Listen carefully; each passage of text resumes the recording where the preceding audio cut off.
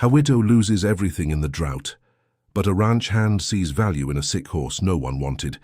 Mrs. Martha pressed the yellowed envelope against her chest, like someone holding the last anchor before the storm sinks everything that remained. The paper, crumpled by her trembling hand, brought the news she had been dreading ever since the reservoir began to crack like old skin, ever since the cattle started mooing with thirst, ever since the hot wind began to whistle through the cracks in the shed as if mocking her. 30 days. That was all the bank would give her.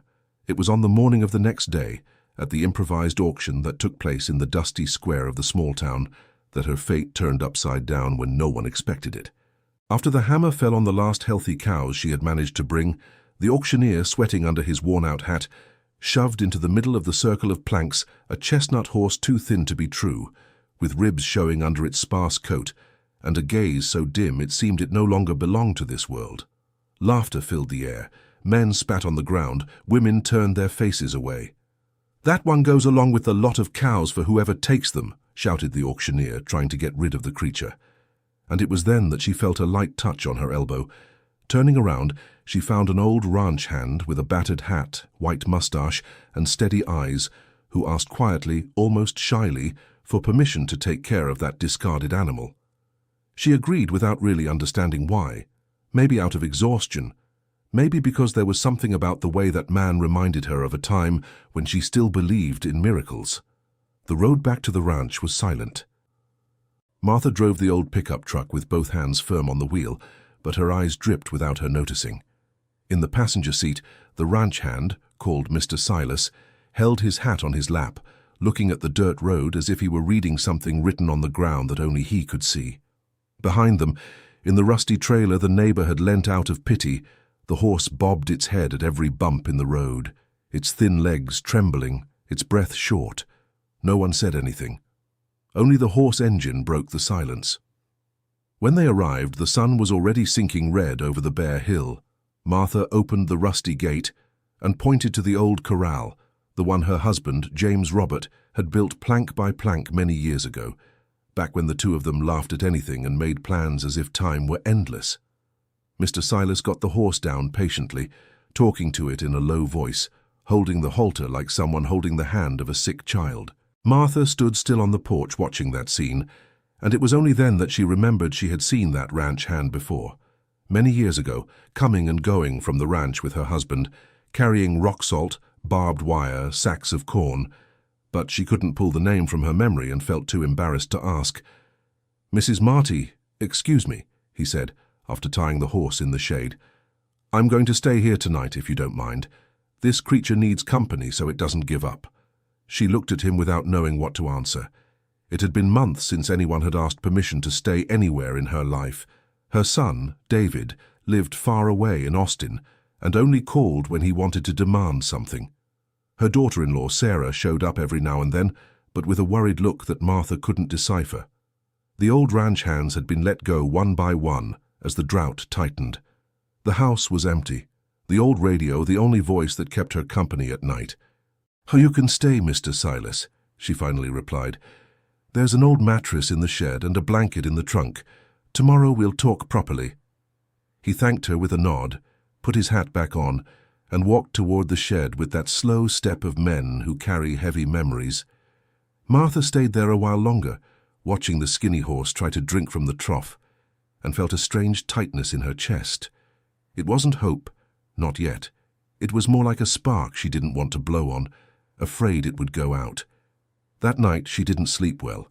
She stayed in the small living room, lit only by the yellow lamp on the side table, shuffling through papers from Heartland Credit, doing calculations on the scrap of notebook paper she had left. No matter how she added it up, it didn't balance. The 30 days were slipping by fast, and she didn't even have enough to feed the cattle she had left, let alone pay the overdue installments. The wedding ring from James Robert, which she had worn on her thin finger since the day he passed 3 years ago from a long illness, twisted on her ring finger as she thought about selling everything and leaving. But where to? She didn't know any other place. That ground was what she was. The next day, before the rooster even crowed, there was a knock at the door. It was the neighbor, Arthur, the same one who had lent her the trailer. a tall, pot-bellied man who owned 3 ranches around the area, with a reputation for having swallowed up half the small town during the lean years. Martha opened the door, still in her nightclothes, a shawl over her shoulders, her hair hastily pinned up. "Good morning, Mrs. Marty.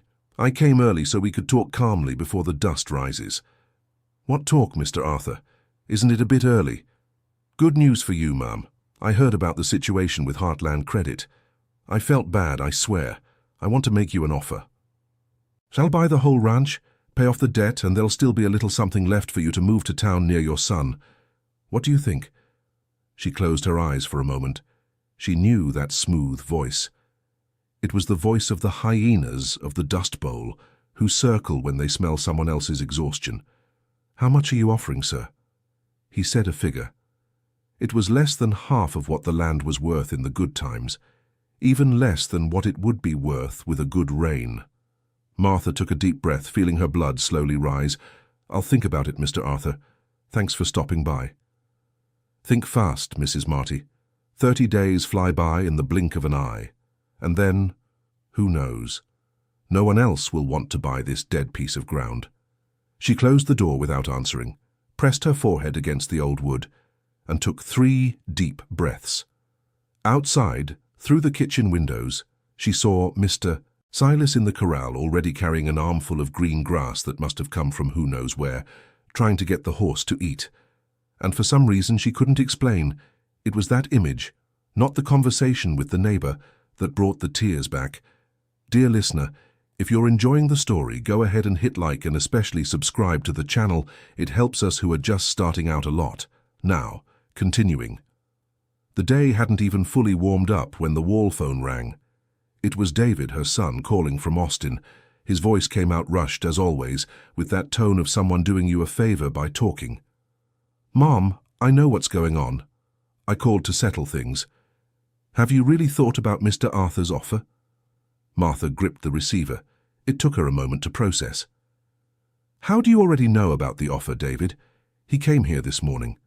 Silence on the other end, a silence that stretched too long.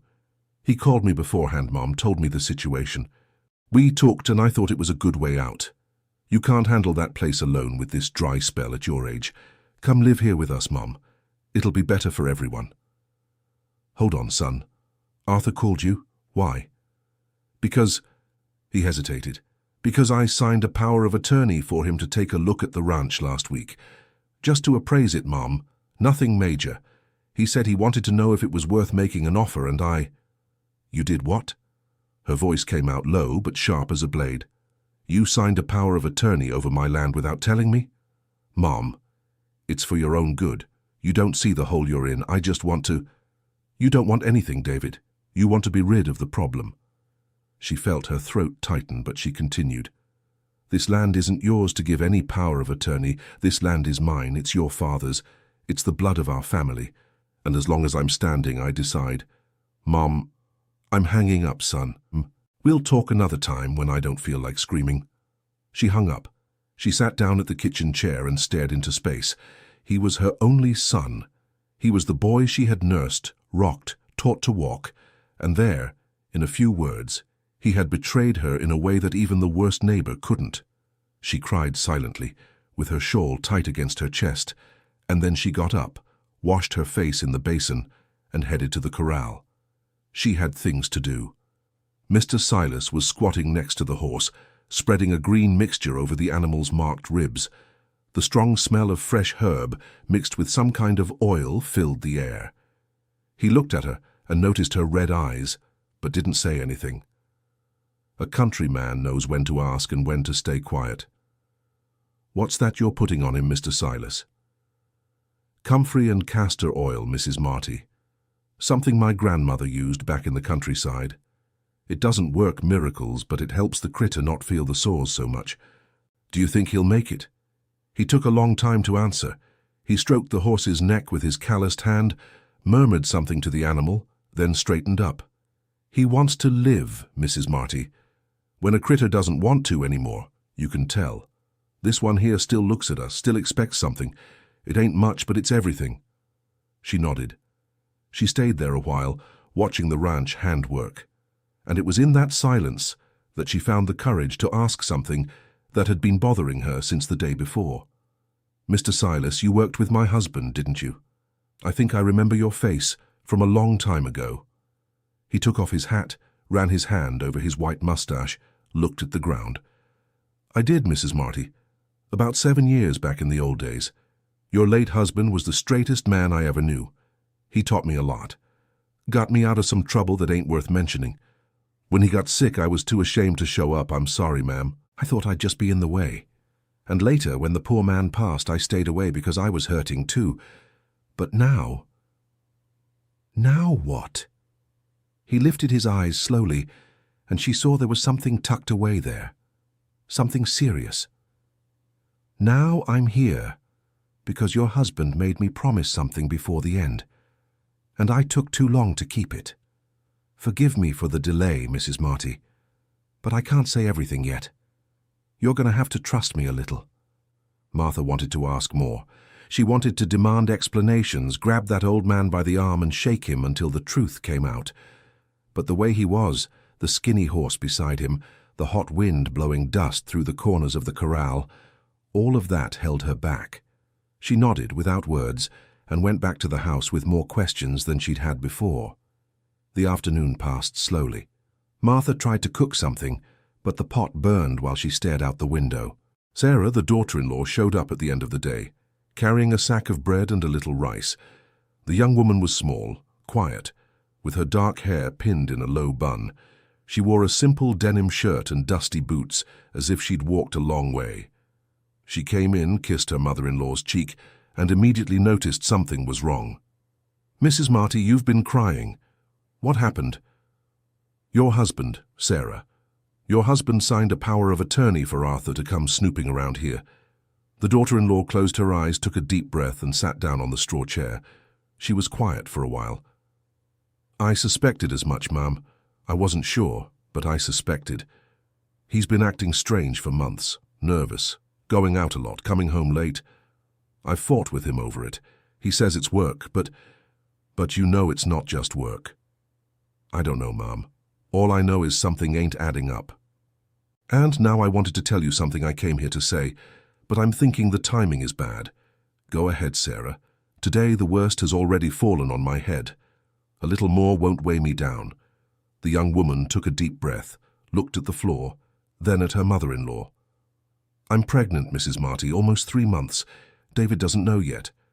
I wanted to tell you first because I'm scared. Scared he'll take it badly. Scared about his job situation, scared of everything." Martha felt the ground give way for a moment. Then something warm rose in her chest, something she hadn't felt in a long time.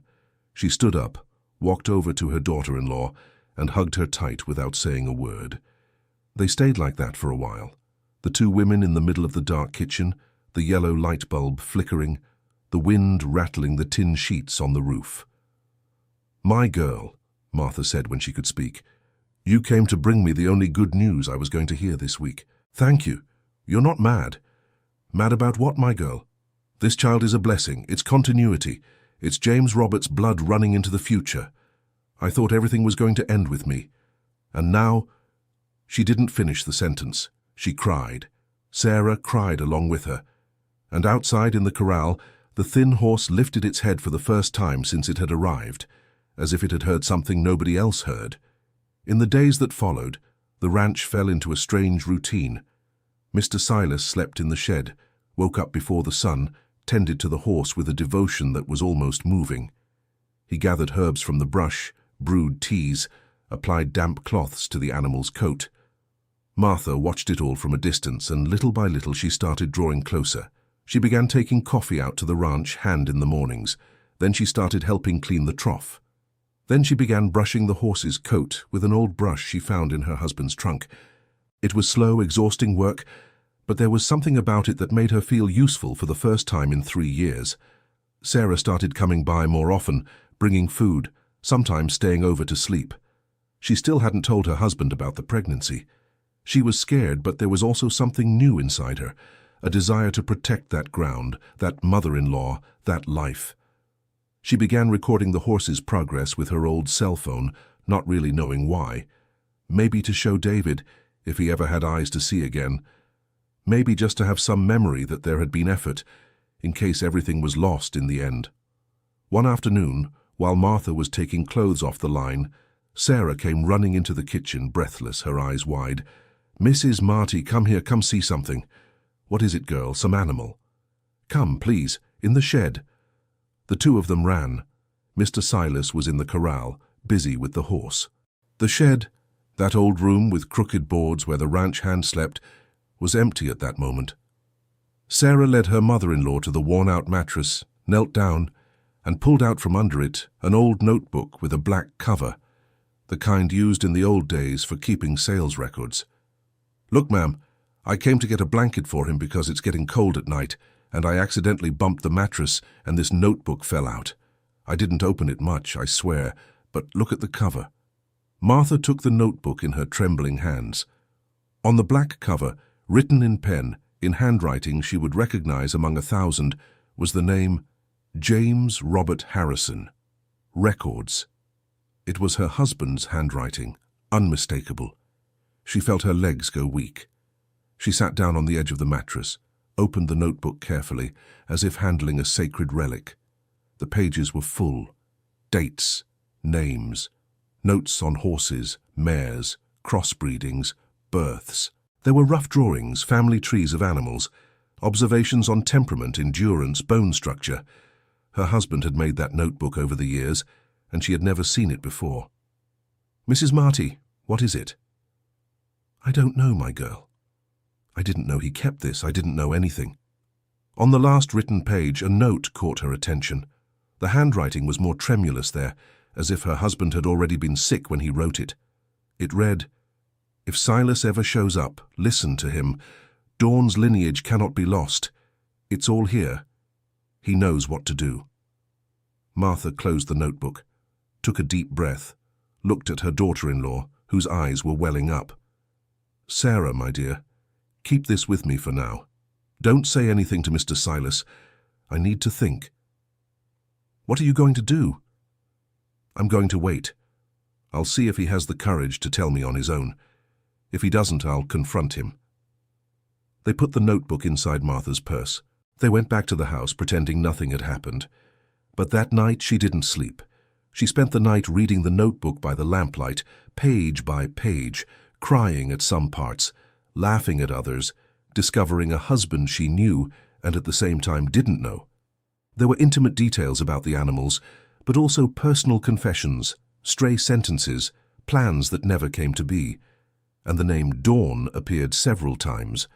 Dawn was a mare she vaguely remembered, a mare that James Robert spoiled too much, a mare that died right before he got sick.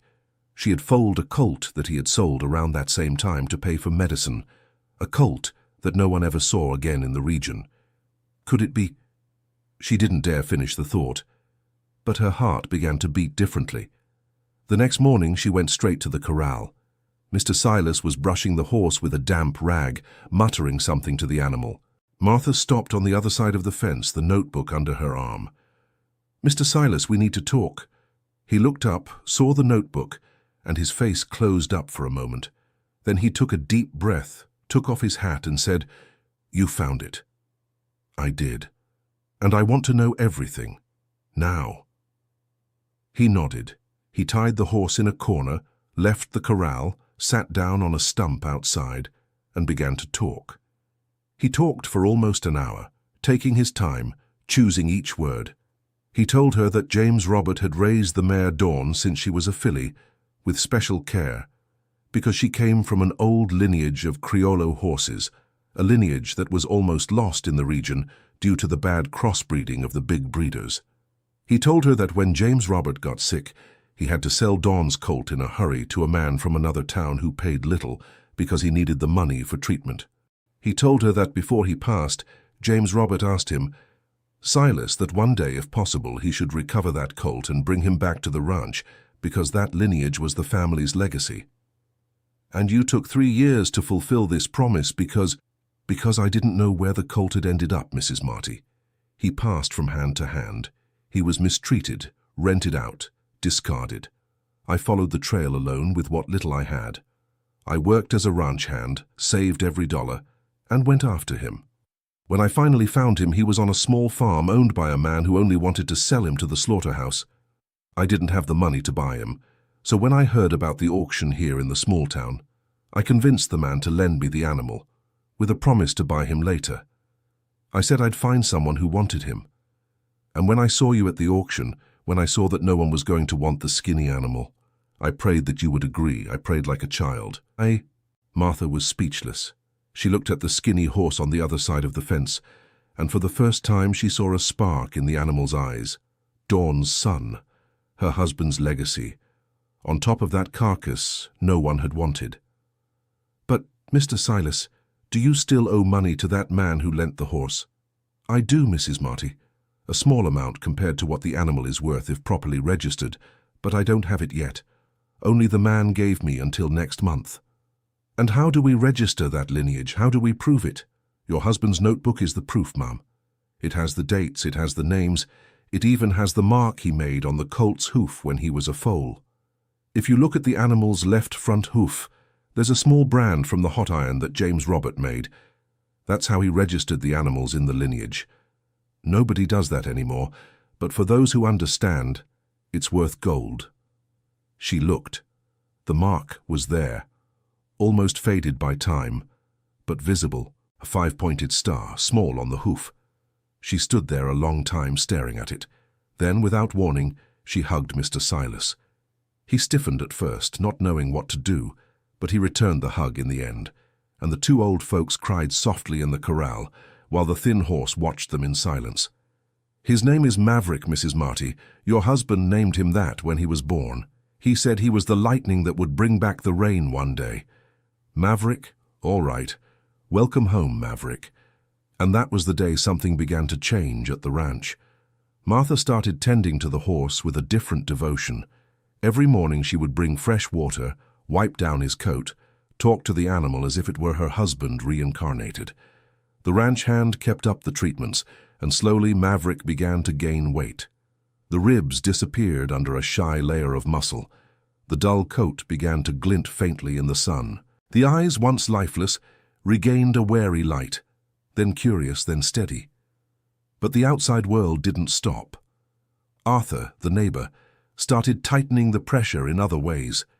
He began spreading word around the small town that Martha had gone completely crazy, that she had hired a conman ranch hand who made a living tricking widows, that the ranch was going to catch fire from so much neglect.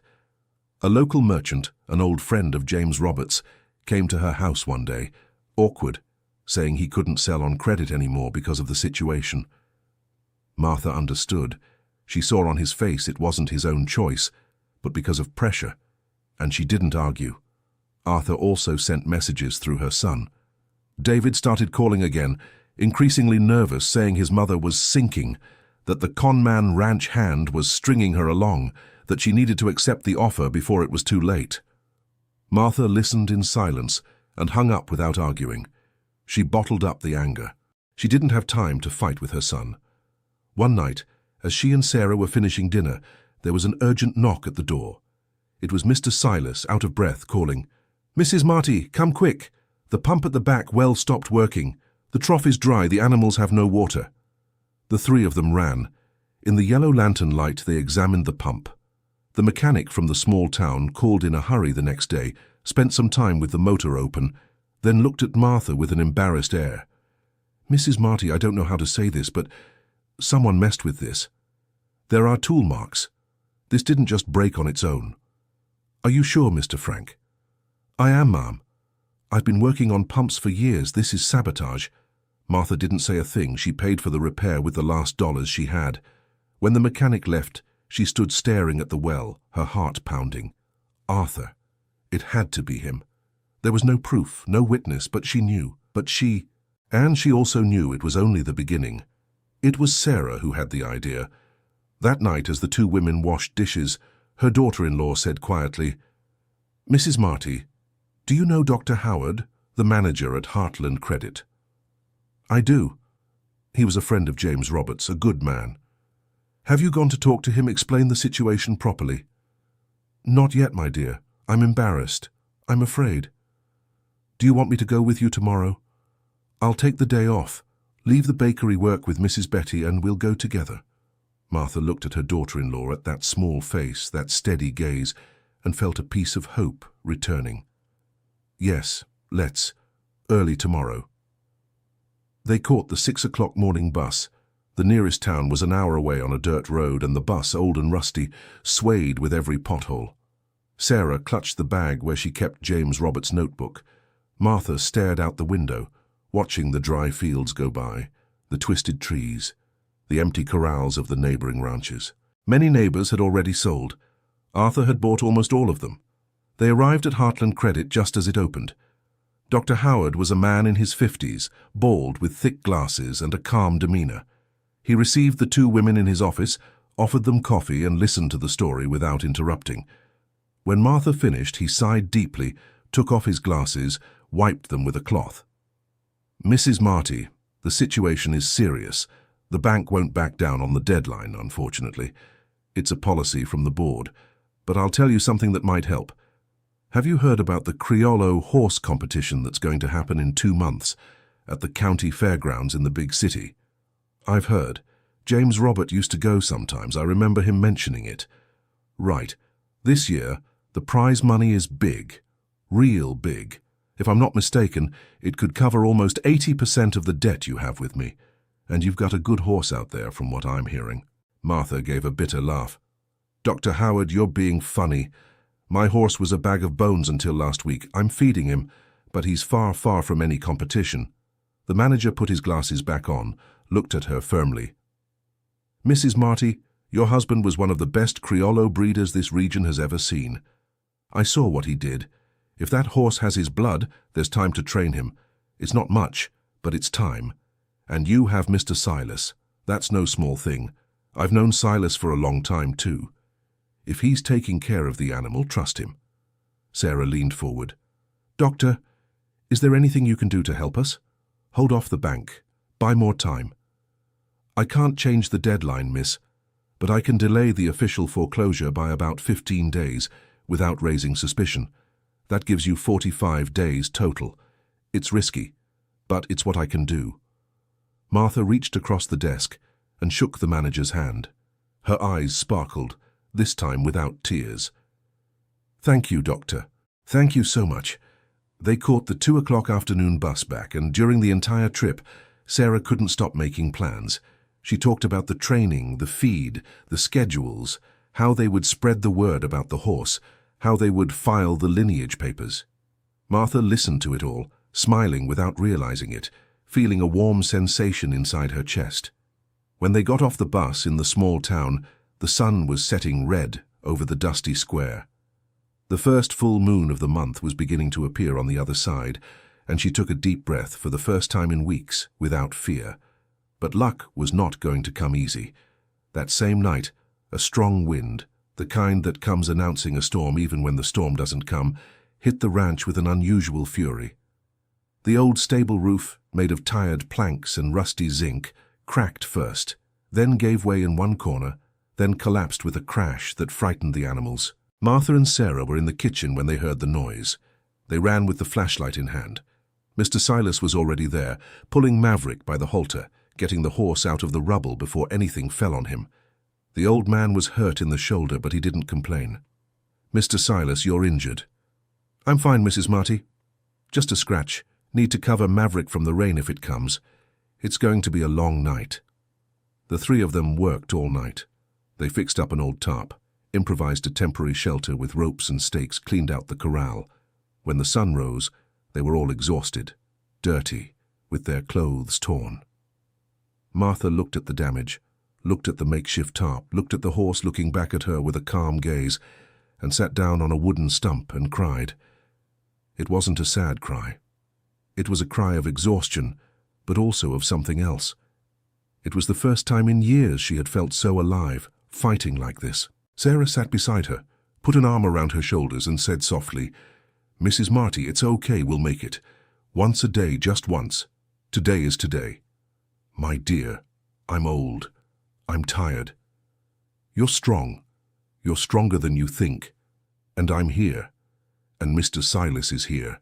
And this little creature is here, and this ground is ours." Martha hugged her daughter-in-law tight. On the other side of the makeshift corral, Mr. Silas took off his hat, ran a hand through his white hair, and smiled a crooked, emotional smile. And it was that smile that Martha stored in her memory for the hard days still to come. The training started slow. Mr. Silas first worked on the basics, getting the horse to trust humans again.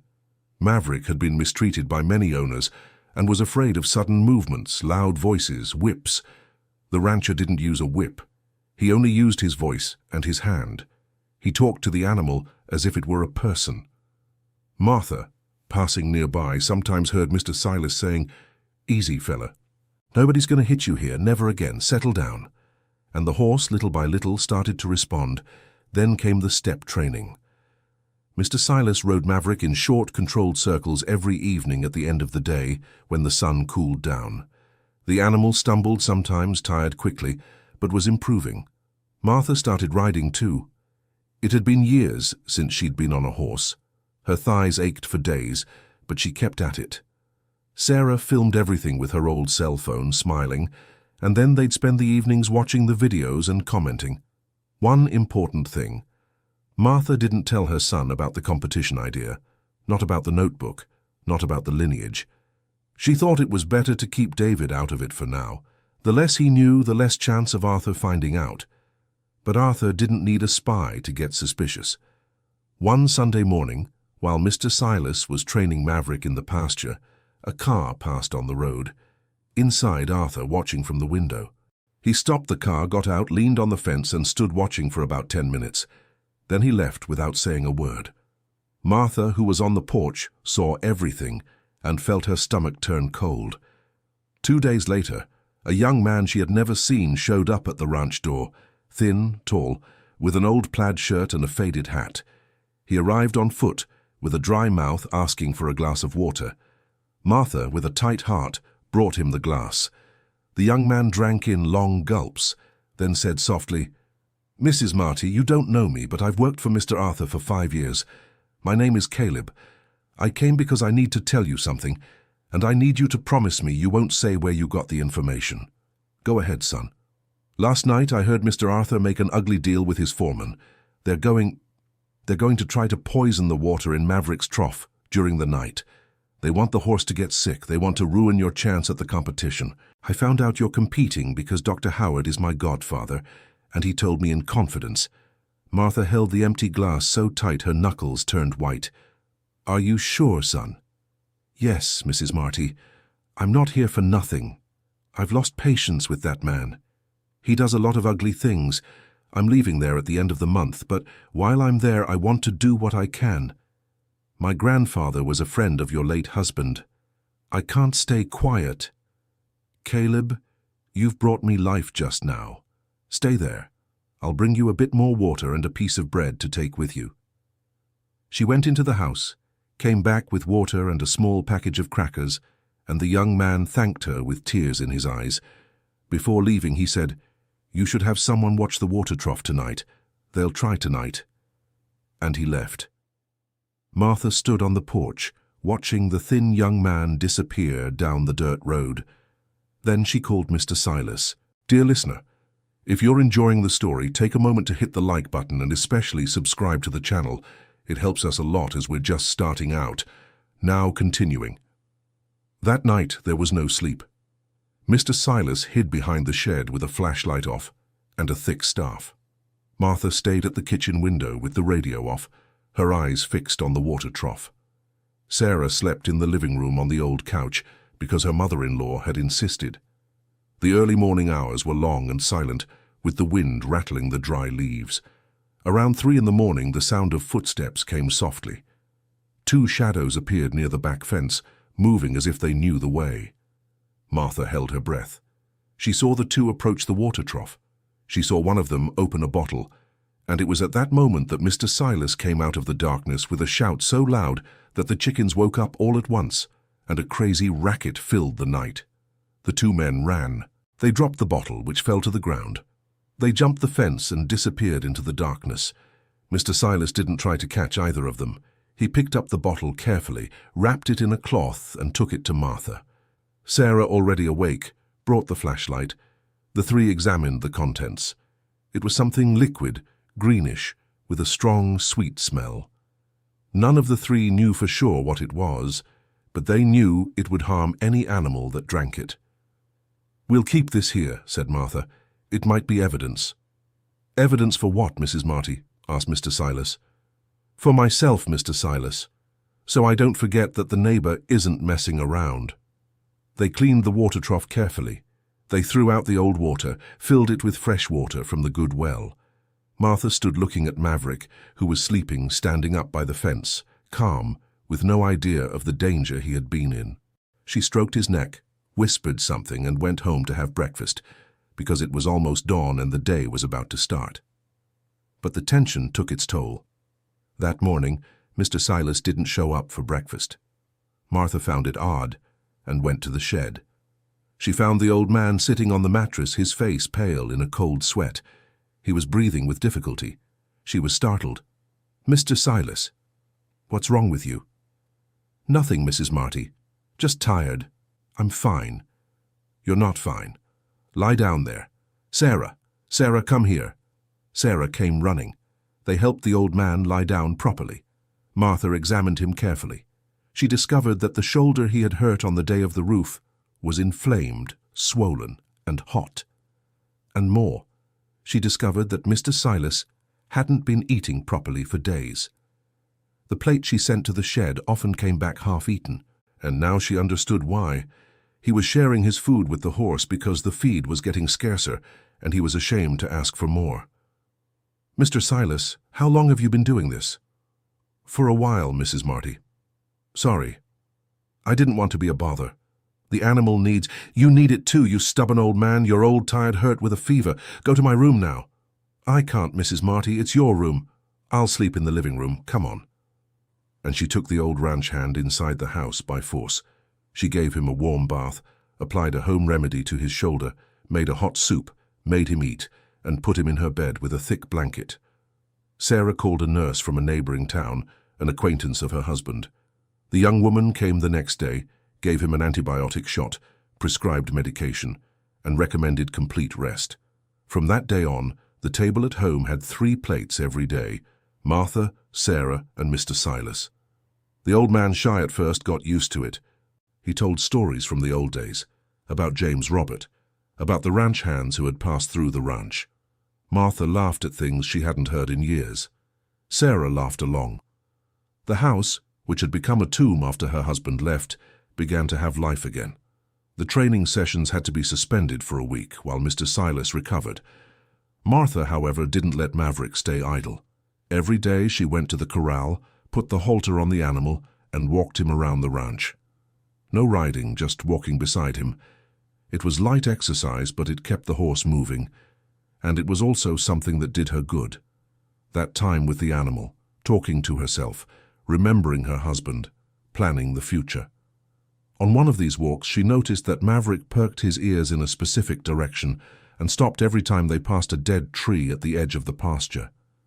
She approached the tree, curious. It was an old acacia tree, dead for years. At the roots, she noticed the ground had been disturbed, as if someone had dug there.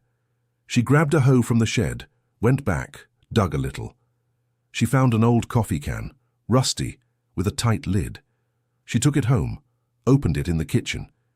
Inside, there was an envelope. Inside the envelope, there were 2 papers. One was an old deed for a piece of land of 5 hectares that lay at the back of the ranch, which she thought belonged to Mr. Arthur. But actually, it was a piece that James Robert had bought from a neighbor years before, without properly registering it in town because of the bureaucracy. It was extra land, unexpected. The other was a letter written by her husband, dated a few months before he got sick.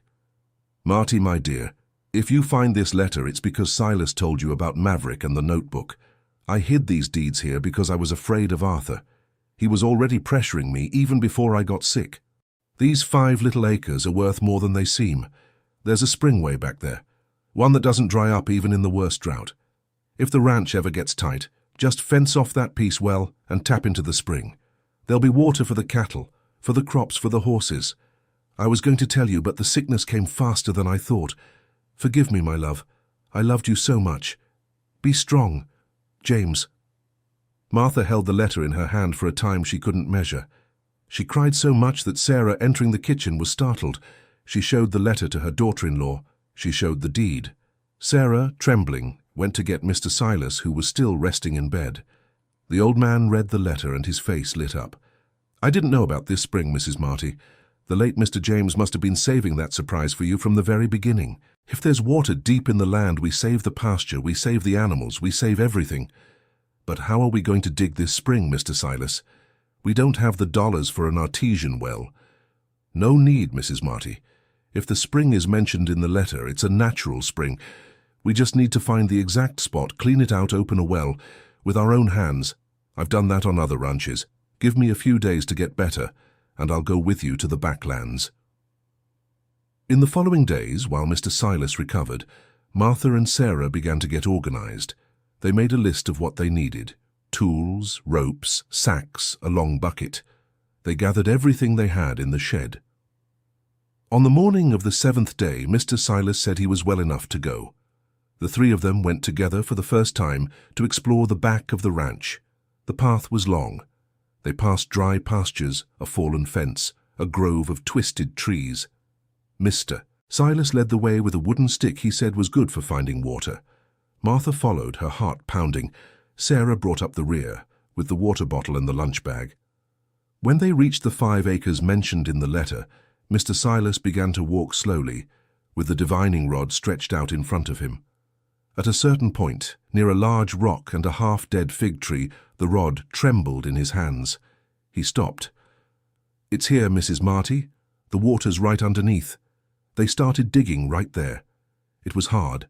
The ground was hard, packed tight by years of sun, but little by little they opened up a hole. Martha, despite being in her 60s, didn't let go of the hoe. Sarah, with her still small belly from the pregnancy, helped remove the dirt with a bucket. Mr. Silas, with his shoulder still sore, dug while squatting. Hours passed. The sun climbed high. They ate bread and cheese in the shade of the fig tree. They kept going. And around 3 in the afternoon, when Mr. Silas swung the hoe for the umpteenth time, a different sound came from the bottom of the hole. A wet sound. A dark gleam appeared in the mud. And then, slowly, water began to rise. Clean water. Cool water. Water that kept flowing. The three looked at each other in silence. Martha fell to her knees on the ground and pressed her forehead to the damp earth. Mr. Silas took off his hat. Sarah smiled through her tears. None of them spoke for a long time. It was as if her husband were there, among them, saying without words, "I took care of you, I didn't abandon you." Martha filled the jug with that water. She tasted it. It was good water, no strange taste, ice cold. They filled all the bottles. They went back to the house slowly, exhausted, happy. That night Martha cooked one of the chickens left in the yard, and the three of them ate at the big kitchen table, with candles lit, because she wanted to savor the moment. Sarah toasted with lemonade. Mr. Silas, who never drank or said much, had red eyes through the whole dinner. The discovery of the spring changed everything. In the following days, Mr. Silas and Martha dug a larger well, lined it with stones, and made a makeshift pipe from boards to carry the water to a tank near the corral. The skinny cattle started drinking fresh water every day. The pasture out back, which had been nearly dead, began to revive in patches. Maverick improved visibly, now with good water, enough food, and the ranch hand recovered. But the world, as always, didn't let peace last.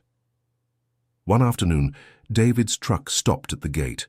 The son got out, a suitcase in his hand, and a look on his face as if he hadn't slept in days. Martha, who was at the corral, saw her son arrive and felt her heart tighten. Sarah, on the porch, froze for a moment. "Mum, I've come for good this time." "For good how, David?" "I lost my job. The company went under. I've got nothing. I need to stay here a while until I get back on my feet." Martha looked at her son. She saw the boy she had nursed, the one she taught to read. She also saw the man who had given power of attorney to Arthur without her consent. Both feelings fought inside her. Love won, but not without a struggle. "Come in, son, we'll talk inside." They went in. Sarah greeted her husband with a cautious hug. They sat at the kitchen table. Martha made coffee. David began to talk, slowly, and what she heard left her stunned. "Mom, I'm going to tell you everything now. I messed up. I got into a bad business deal in Austin with the wrong partner. We started a parts resale company, and that partner ran off with the cash from the register. I ended up owing a lot of money, a whole lot. Arthur found out about my problem through a mutual acquaintance. He called me, offered help, said he'd pay the debt if I could convince you to sell the ranch.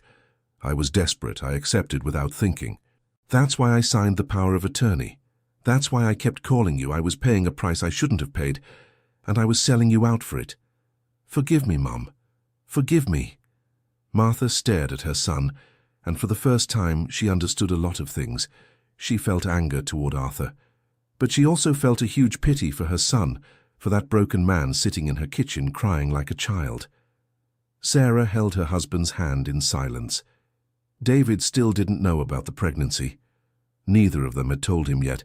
"David, son, listen to me. You did something stupid, really stupid. But you're here, and you're telling me, and that changes things. Now you're going to stay, and you're going to work. You're not going to call me asking to sell anymore. You're going to help. And you're going to help me face Arthur, because now he's your problem too. You still want me here, Mom. You're my son. You'll always be my son. But here we work hard, and here we don't lie. If you're in, you stay." He nodded, unable to speak. He cried on his mother's shoulder, and then, while having a second cup of coffee, Sarah leaned in and whispered in his ear, "I'm pregnant, my love." David raised his head, eyes wide, and looked at his wife, then at his mother, then at Sarah again. He hugged them both at the same time. And for the first time in months, he smiled a real smile. The news of the pregnancy was received at the ranch with a kind of quiet euphoria. Mr. Silas, moved, went to the shed and came back with a small package he kept at the bottom of a box. It was a little wool hat, the kind made by hand, that he had gotten from his mother many years ago when he was a baby. He kept it as a keepsake. He gave it to Sarah. "For the little one when it gets here." She cried. David learned about the competition, the notebook, the Maverick, the spring. Martha told him everything.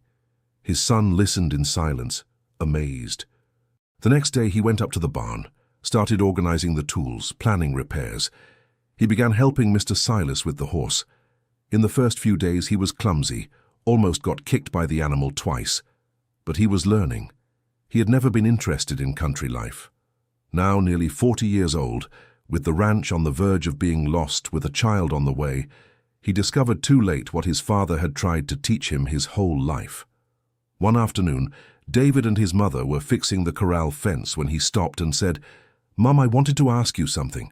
When this child is born, if it's a boy, I'd like to name him after my father. James Robert. Is that okay?" Martha put down the hammer, looked at her son, hugged him right there in the middle of the hot sun and cried silently. She said yes, barely able to speak. The preparation for the competition entered the final stretch. 3 weeks were left. The Maverick was already almost unrecognizable. His coat shone dark brown. His muscles had returned. His eyes were lively and curious. Mr. Silas claimed the animal had grit, had drive, had good blood. The training became more intense, with speed trials, agility tests through improvised stalls and low-obstacle courses. Martha now rode with confidence. David learned to help with the warm-up laps. Sarah stayed on the sidelines, filming and taking notes. Arthur, seeing that things at the ranch were improving, got furious. He spread even worse rumors. He said around the small town that the horse had been stolen, that Martha was an accomplice, that she was going to be reported. No one believed it much. But the pressure, even if false, made noise. Some old acquaintances started avoiding the family in the small town. Others, on the contrary, came closer. An old friend of James Roberts, Mrs. Dorothy, showed up at the ranch one day with a pot of pot roast, saying the men in the small town were all gossips and that she was on Martha's side. Others came afterward. The shopkeeper who had cut off the credit came back, apologized, and said he was behind her. Slowly, a small group of supporters formed around the family. The week of the competition arrived. The eve of the trip was chaotic. The truck they had hired, a hauler from the small town, backed out at the last minute. He called saying he was sick.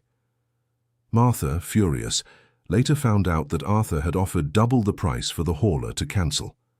Sarah, with her calm demeanor, picked up her cell phone and started calling family, cousin by cousin, friend by friend. By late afternoon, a distant cousin who lived on a small farm about 2 hours away agreed to lend an old trailer. It wasn't luxurious, but it would do for the trip. On the day of the trip, they left at 5 in the morning. David drove the pickup pulling the trailer. Mr. Silas was in the back seat, holding Maverick's halter through the small window. Martha was in the front seat. Sarah stayed at the ranch because she was 6 months pregnant and the doctor had recommended rest. Before they left, she hugged her mother-in-law, hugged her husband, hugged Mr. Silas. And she said softly to Maverick, touching his neck, "Go with God, fella. Come back a winner." The journey to the big city took all day. They stopped several times to give the horse water, to check his legs, to see how he was doing. Mr. Silas didn't rest a minute. They arrived in the city at dusk. They found a place in an old hotel near the county fairgrounds, where the hauler had gotten a very cheap reservation thanks to his cousin. They housed Maverick in a stable at the fairgrounds itself, where the competition official looked at the horse with a doubtful expression but noted down the registration. "Ma'am, are you sure this horse is going to compete in the adult category?" the official asked. "Yes," replied Martha. "Do you have lineage certification?" "I have my husband's record book, which was recognized by the association, and I have a statement from Dr. Gregory, a veterinarian, saying the animal is healthy." The official looked at the papers. He looked at Maverick. He looked at Martha. He shook his head. "All right. Registration accepted. Good luck, ma'am." David, who was watching everything from the side, breathed a sigh of relief. Mr. Silas took off his hat, ran his hand over his moustache and smiled a small smile. The competition was divided into 3 events. The first was the presentation. The horse paraded before the judges, who evaluated stature, apparent health, obedience, temperament. The second was agility, a short course through obstacles with a timed score and judges' rating. The third was the grand final, a combined test of speed, obedience, and endurance, with the top 3 finishers from the previous phases competing for the win. On the day of the first event, the fairgrounds were full. Famous breeders had come from various regions with gleaming horses, with cowboys in new clothes, with huge transport trucks. Martha, in her simple cotton dress and straw hat, walked through the fairgrounds as if she were a stranger in an unknown land. Mr. Silas, in his well-washed but visibly humble cowboy clothes, held Maverick's halter firmly.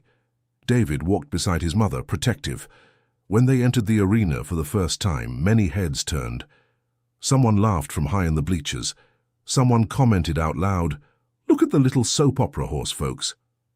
Martha felt her face burn, but Mr. Silas, without looking at anyone, guided Maverick to the center and began to parade him. The horse walked with a firm posture, ears alert, eyes watchful. He made the parade rounds without a mistake. He stopped when told to stop. He trotted when told to trot. The judges, 3 older men, exchanged glances. One of them noted something and consulted the other.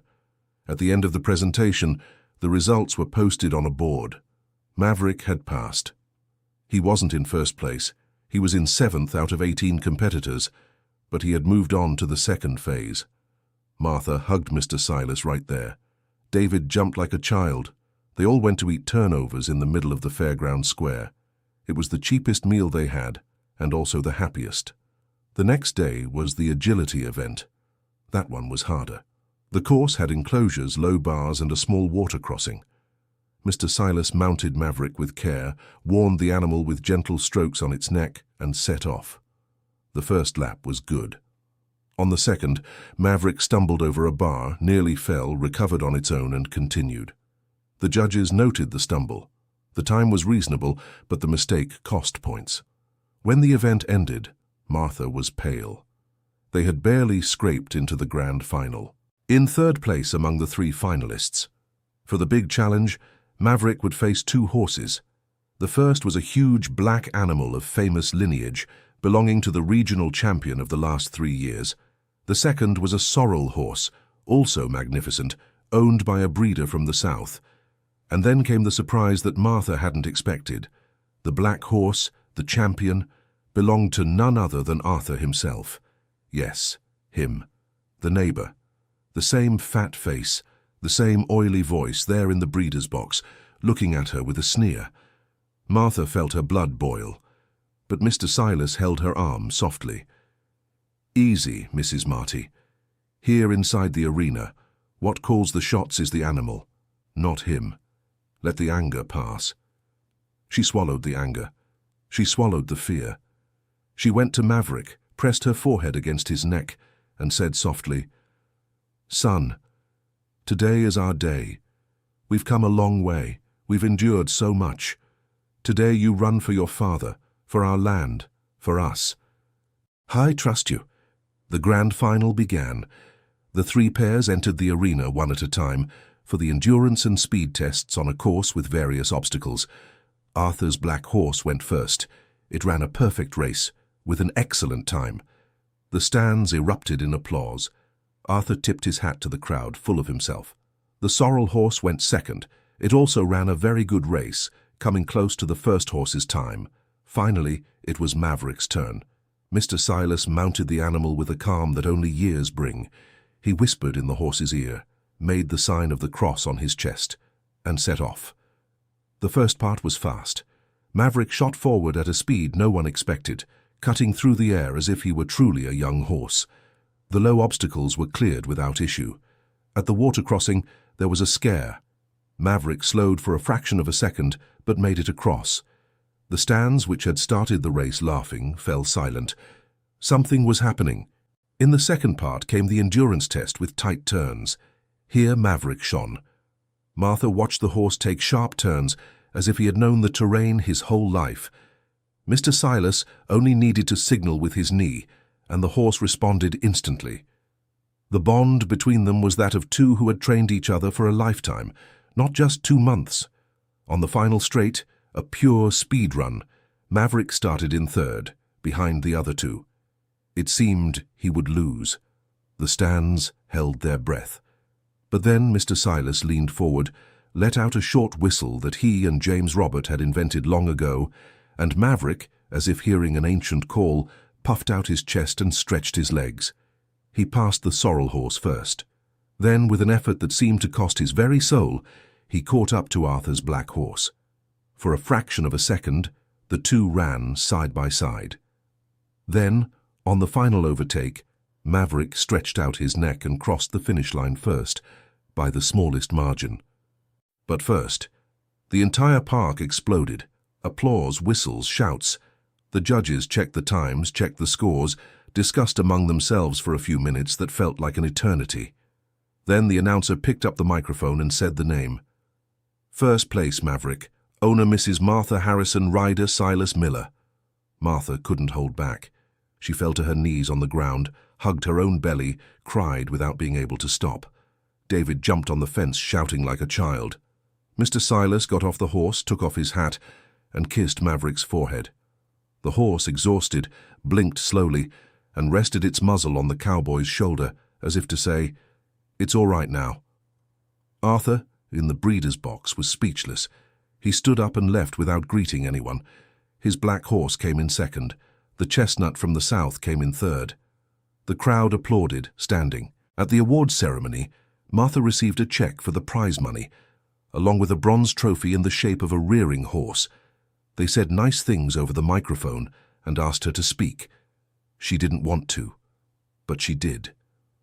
With the microphone trembling in her hand, she looked at the stands and said only this: "The horse that won here today is the son of a mare that my late husband raised with devotion. The cowboy who rode him is the man my husband trusted most in life. The prize belongs to my family, but the victory belongs to James Robert wherever he is. Thank you." She gave a small bow and left the arena. In the stands, many men took off their hats. Some women were crying. It was a scene no one there would forget. The drive back to the ranch was calm but tiring. Maverick was in the trailer, still worn out, but with his neck held high. Mr. Silas slept the whole way in the back seat, his hat over his face. David drove slowly, carefully. Martha stared out the window at the falling dusk, holding the folded check inside the pocket of her dress, and for the first time in a long while, she wasn't afraid of tomorrow. When they reached the gate of the ranch, it was almost midnight. The house was lit up. Sarah waited on the porch holding a kerosene lamp because the electricity had gone out again. When she saw the headlights of the pickup, she ran down. She hugged her husband. She hugged her mother-in-law. She hugged Mr. Silas. She touched Maverick's neck with reverence. Everyone went inside, exhausted. Sarah had made chicken soup with pieces of cassava. She served it to everyone. They ate in silence, exchanging glances, laughing softly for no reason, too tired to talk much. Martha went to sleep with the check under her pillow. She was afraid she'd wake up and find it had all been a dream. But it wasn't a dream. When the sunlight came through the window in the morning and the rooster crowed, she opened her eyes, picked up the paper and smiled. It was real. They had won. In the following days, she went to Heartland Credit. She paid off the principal debt. She paid the arrears. A decent amount was left over, which she saved for the next steps. Dr. Howard, moved, asked to take a picture with her, her daughter-in-law, and her son. He said he would never forget that day, as long as he lived. On the way back to the small town, the news had already spread. When Martha got off the bus with her son, several acquaintances stopped to greet her. Some who had kept their distance during the bad year now came up with smiles. Others sent congratulations from afar. Even the shopkeeper who had cut off their credit showed up with a basket of fruit. Martha received them all politely, but was in no hurry to forgive for nothing. She gave her forgiveness to her own, not to those who blew with the wind. Arthur, defeated, stayed away for a few days. Then, shameless as ever, he sent a messenger with a new offer. This time the amount was double the original, actually triple. The messenger delivered the letter on the porch and waited for a reply. Martha read it, smiled, tore the paper in two, and said to the messenger, "Tell Mr. Arthur that I wouldn't sell for 10 times that amount. This land is no longer for sale. End of discussion." The messenger shook his head, put the pieces in his pocket and left. Arthur never made an offer again. But the good things didn't stop there. 2 months after the competition, an envelope arrived at the ranch from the State Breeders Association. It was an official certificate, recognizing Maverick as a representative of the Criollo lineage Dawn Harrison, and inviting Martha to participate in a regional program for the recovery of rare lineages. Along with it came a breeding fee offer. Small breeders who wanted to cross their mares with Maverick would pay a fair fee, and the ranch would be the official breeding point for the lineage. Martha, David, and Mr. Silas decided together. They accepted the offer, but instead of charging high prices as they could have, they decided to charge low, affordable prices. The idea was to restore the lineage with the small breeders in the region, to give back to the neighbors the chance her husband had always wanted to give. In the following months, the ranch became busy. Breeders came from other towns, bringing their mares. Radio journalists also came, interested in the story of the widow who revived a lineage. Martha, despite her shyness, gave a few interviews. She told about the drought, the debt, the auction, Maverick, Mr. Silas, her husband's notebook. She became a small celebrity in the countryside. She received letters from several women in similar situations, asking for advice. She answered them all, writing by hand late into the night. Sarah had her baby on a rainy day, the first heavy rain in nearly 3 years. It was a boy.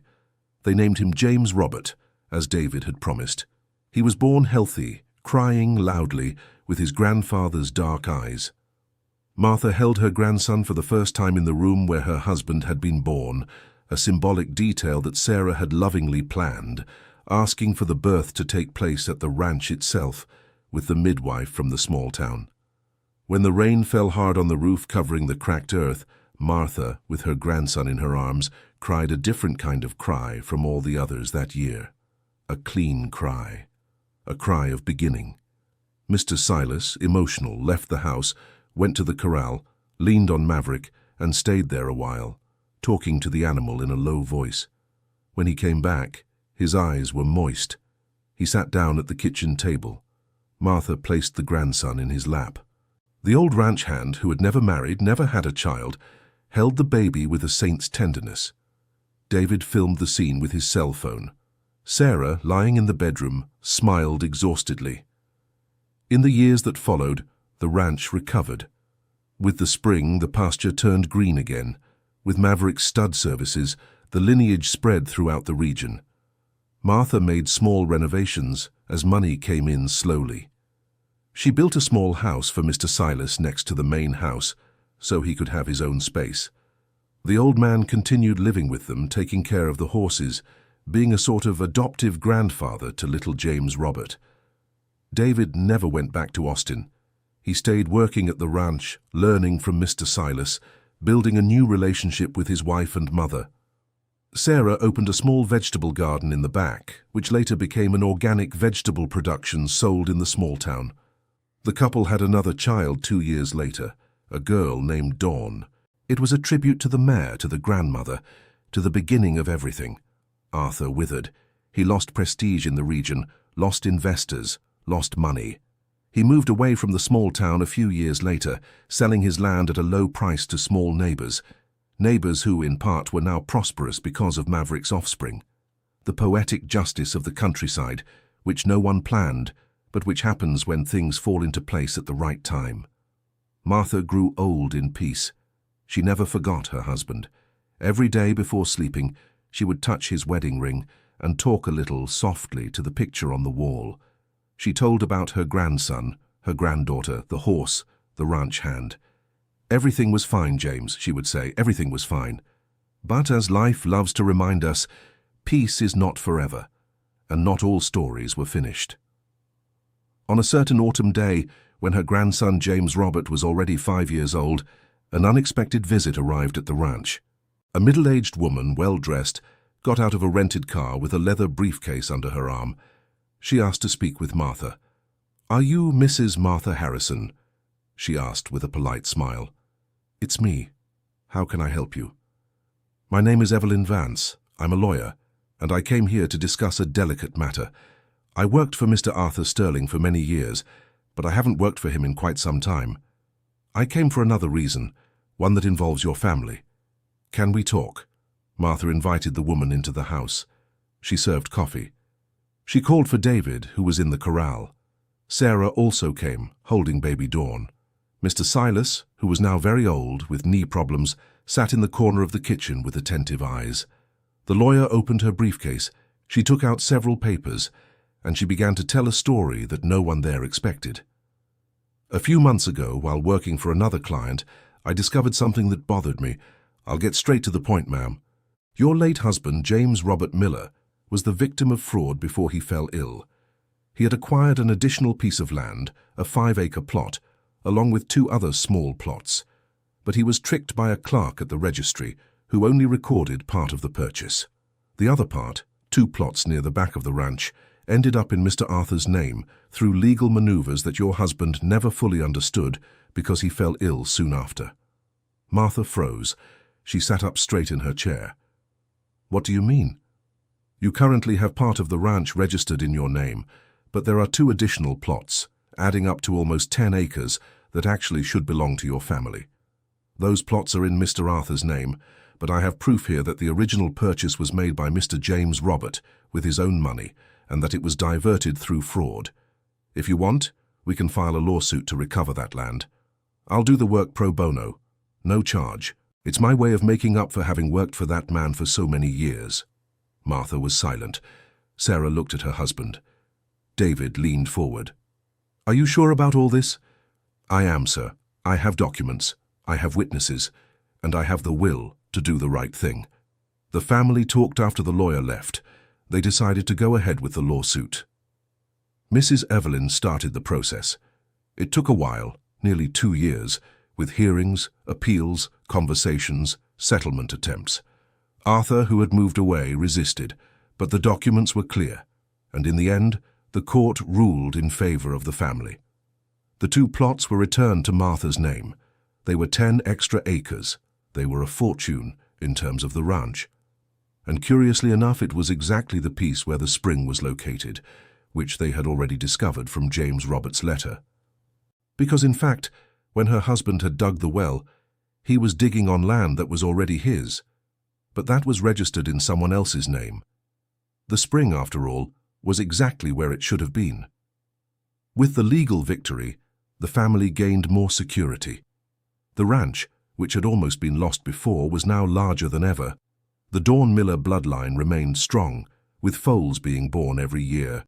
Little James Robert, now grown, started learning to ride at age 7 with Mr. Silas teaching patiently. The younger girl, Dawn, preferred to take care of the chickens, the goats, and her mother's vegetable garden. Mr. Silas, already quite old, one day said to Martha on a drizzly afternoon, "Mrs. Marty, we sure did a lot, didn't we?" "We did, Mr. Silas." "Your husband is happy." "I know, Mr. Silas. I know." "I wanted to ask you something. When I go, I'd like to be buried here on the ranch, next to James Robert, if you'll allow it." "I don't have any family." "You do have family, Mr. Silas. We are your family." He took off his hat, ran his hand over his white mustache and cried softly, sitting in the wicker chair. Martha put her hand on his shoulder. They stayed like that for a while, listening to the rain fall, without needing to say anything else. For a long time, life went on peacefully.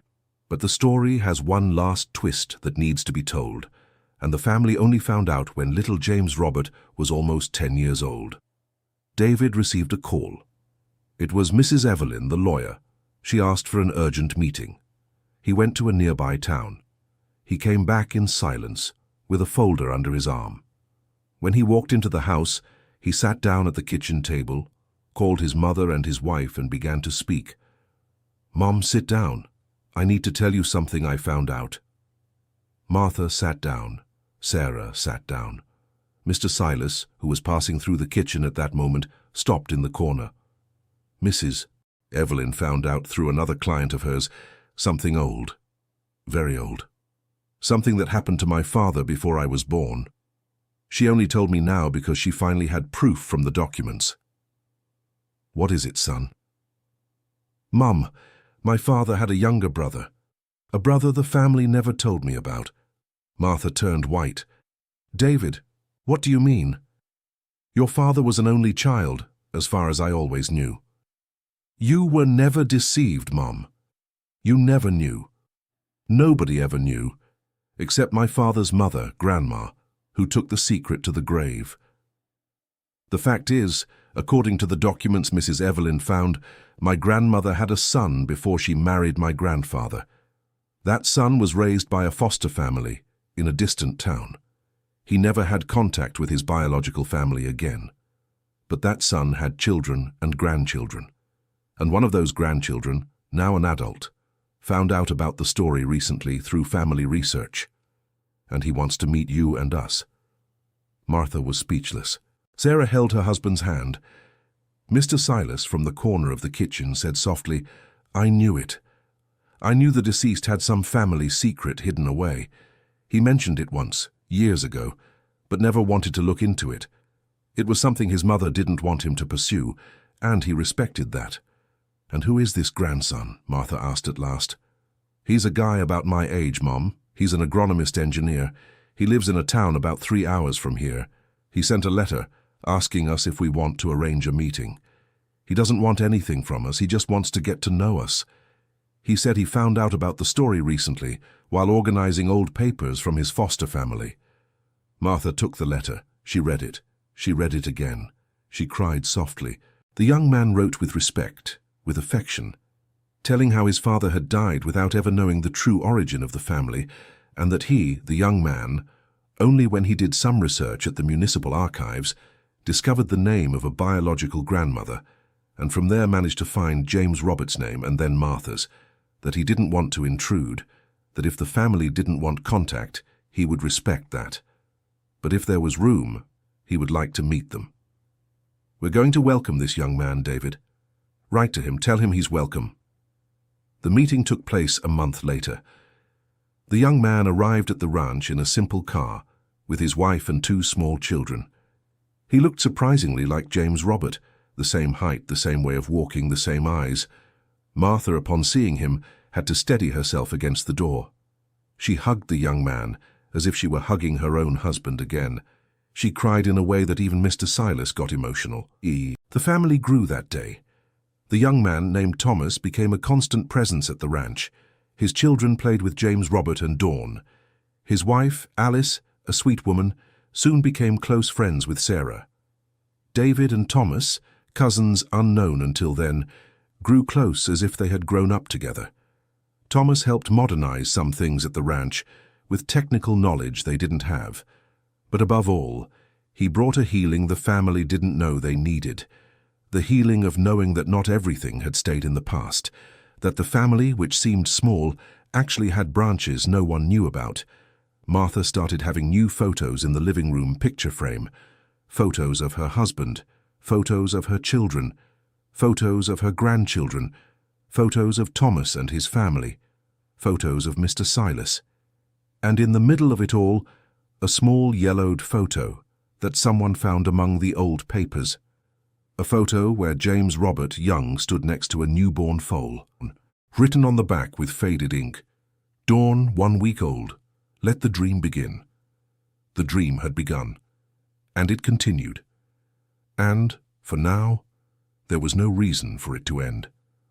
One night, much later, Martha sat on the porch of the house, with the shawl over her shoulders, watching the full moon rise over the hill that was now all green. Sarah was in the kitchen, setting the table for dinner. David was in the corral, talking to his son James Robert, who was already a teenager. Dawn was playing with a doll on the veranda, sitting close to her grandmother. Mr. Silas was asleep in his rocking chair, his hat covering his face, his breathing slow and serene. Thomas had called earlier, saying he would come on the weekend. Maverick, now old, was in the pasture, eating slowly. He didn't run like before. But he was there. He had done everything he needed to do. He had done even more than anyone expected. Martha wiped her face, dried a tear that had nowhere to go. She thought of her husband. She thought of the day of the auction, so many years ago. She thought of the old ranch hand who had shown up asking permission to care for a thin animal nobody wanted. She thought of how that permission, that small yes, had saved everything. She remembered a saying her mother used to tell her when she was a girl. "My daughter, when everything seems lost, look closely at what the world is offering. Many important things arrive disguised, as if they were worthless. We just have to have eyes to see." Dawn, the granddaughter, got up from the veranda and came to sit on her grandmother's lap. "Grandma, tell the story of Maverick again so I can fall asleep." Martha smiled. She pulled the girl onto her lap, adjusted the shawl. "Once upon a time there was an old widow, my dear. She had almost lost everything. She was broke, hopeless, with nobody." "Not with nobody, Grandma. You had Dad, Mum, Mr. Silas, Grandpa James Robert up in heaven watching you." "You're right, my dear, I had everyone. I just hadn't seen it yet." The girl laughed. Her grandmother began to tell the story for the 1,000th time, with the same affection as always. The moon climbed higher. Out in the pasture, a new foal, Maverick's latest offspring, played with the others. In the kitchen, Sarah turned on the lights. The smell of pot roast and fresh rice spread through the air, and it was just a night, like so many others. But it was the right night, the night of a family that had lost almost everything, and then, against all odds, had gotten back more than they ever imagined. The days kept running, as they always do, without stopping. Martha woke up early, made coffee, took care of her grandson.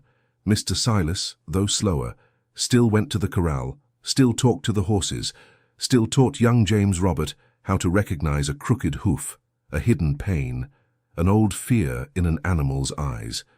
Sarah had expanded the garden, and now she sold vegetables in 2 nearby towns.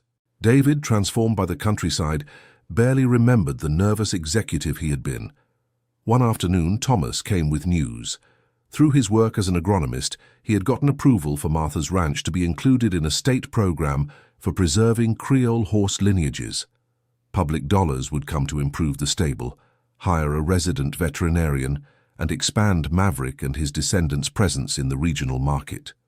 Martha, who had always taken care of everything on her own, was moved. I never thought I'd get official help, Thomas. We always had to fight alone. Now you're not alone anymore, Aunt. You have us. And what Uncle James Robert did for this bloodline deserves recognition. It's not a favor, it's justice. She embraced her nephew, newly found, but already so close. It was hard, for a woman who had buried dreams for so long, to learn again to accept help. But she was learning. And every time she learned, she felt as if her husband was saying from beyond, "That's it, my dear, that's how you do it. Let life hold you." Mr. Silas, like the good cowboy he had always been, didn't like being idle. Even in old age, he still tended to the horses with devoted care. One day he showed up with a new idea. "Mrs. Marty, I wanted to propose something." "Speak up, Mr. Silas. There are a lot of little kids in the small town who've never touched a horse, kids who don't even know how the animal breathes. I wanted, if you'd allow me, to bring those kids here on Saturdays, just to pet Maverick and the others, to learn how to care for them, free of charge. Is that okay?" Martha smiled. It was exactly the kind of idea her husband would have approved of enthusiastically. "Sure, Mr. Silas. Let's call it Little Folks Saturday. Starts next week." And it started. The first Saturday, 8 kids came, brought by their parents on bicycles and in borrowed pickup trucks. Silas, with a patience no one knew where he got from, taught each one how to hold a halter, brush the coat and talk to the animal. In the following weeks, 15 came, then 20 kids. It became a tradition. The ranch, which had been almost a graveyard of dreams, now was a place where life was reborn every weekend, with happy squeals and hooves pounding the ground. Martha made snacks for everyone. Simple cake, lemonade, bread and butter. Some kids from very humble families came hungry and ate ravenously. She never commented. She just put another piece on their plate, with care. Sarah helped in the kitchen. Dawn, already about 7 years old, was proud to receive the children. She knew every horse by name and introduced each one as if they were relatives. One of those children, a little girl named Grace, caught Martha's attention from the first day. She was shy, thin, dressed too lightly for the coming cold. She always came accompanied by an elderly grandmother, Mrs. Pearl, a woman who walked with difficulty. The girl had a special way with horses, patience beyond her years. She would spend hours beside Maverick, talking softly, as if he were a very old friend. Martha started talking to Mrs. Pearl. She learned that the girl was her granddaughter, but raised by her because the mother, Mrs. Pearl's daughter, had been very sick for years in a hospital in Austin. The girl's father had disappeared before she was born. The grandmother raised her granddaughter on the little she earned sewing clothes for the small town. The girl loves animals a lot, Mrs. Marty. I think it's the only way she forgets her sorrows. Mrs. Pearl, you bring this girl here whenever you want, anytime. She started bringing her, and little by little Grace began staying extra hours at the ranch, helping with chores. Mr. Silas, charmed by the girl's patience, started teaching her more advanced things. The girl had a knack. She learned fast. Martha felt something pulling her heart more and more toward that child. One afternoon, while Grace was brushing Maverick's coat, Martha approached. "My dear, how old are you?" 9, Mrs. Marty. "Do you like school?" "I do, but I'm going to stop next year." "What do you mean, stop?" "My grandma is getting weaker. I'll have to help her at home. She's already having trouble even cooking, and we don't always have money to pay for things." Martha felt her heart tighten. She went home, talked to Sarah and David. The next day she went to Mrs. Pearl's house, a small house on the edge of the small town. She knocked on the door. The old woman opened the door, surprised. "Mrs. Pearl, excuse me, I came to talk about Grace." "Did something happen, Mrs. Marty?" "Yes, something did. I want to help you and the girl. The child can't stop studying, that's out of the question. I want the girl to keep going to school, and here's what I'm proposing. She goes to school during the week as usual, and on weekends she comes to our ranch. There she helps with the animals, learns from Mr. Silas, and gets food, clothes, everything she needs. I'll pay her for her work, a modest but steady wage. And more. I want to take over some of your bills, water, electricity, whatever you need. It's not charity, it's an exchange. The girl works and you don't have to struggle. Do you accept?" Mrs. Pearl started crying on the doorstep. She couldn't speak. Grace, who had come home from school and heard everything, stood frozen. Martha hugged the old woman, hugged the girl. She left there with her heart aching with joy. When she told the story at home, Sarah cried along. David shook his head. Mr. Silas, as always, took off his hat. "My daughter-in-law is going to grow up to be a good person," the old man said, his eyes shining. "What will she be?" "She'll be whatever she wants, Mr. Silas, but I think she'll be a veterinarian." From that day on, Grace was like a third granddaughter on the ranch. She grew up among Sarah's children and Mr. Silas's horses. She studied hard. She worked on weekends. Mrs. Pearl, more at ease, lived a few more years with the peace she had never had. When she became too frail, Martha insisted and brought her to live on the ranch, along with Grace. They fixed up a little room for them near the kitchen. Mrs. Pearl spent the last days of her life surrounded by children, laughter, hot soup. She never struggled again. She passed away in peace on a Saturday morning while Grace held her hand. Grace stayed. Martha and Sarah officially took the girl in as a goddaughter. She kept studying, went to high school, then to college on a scholarship that Thomas helped arrange.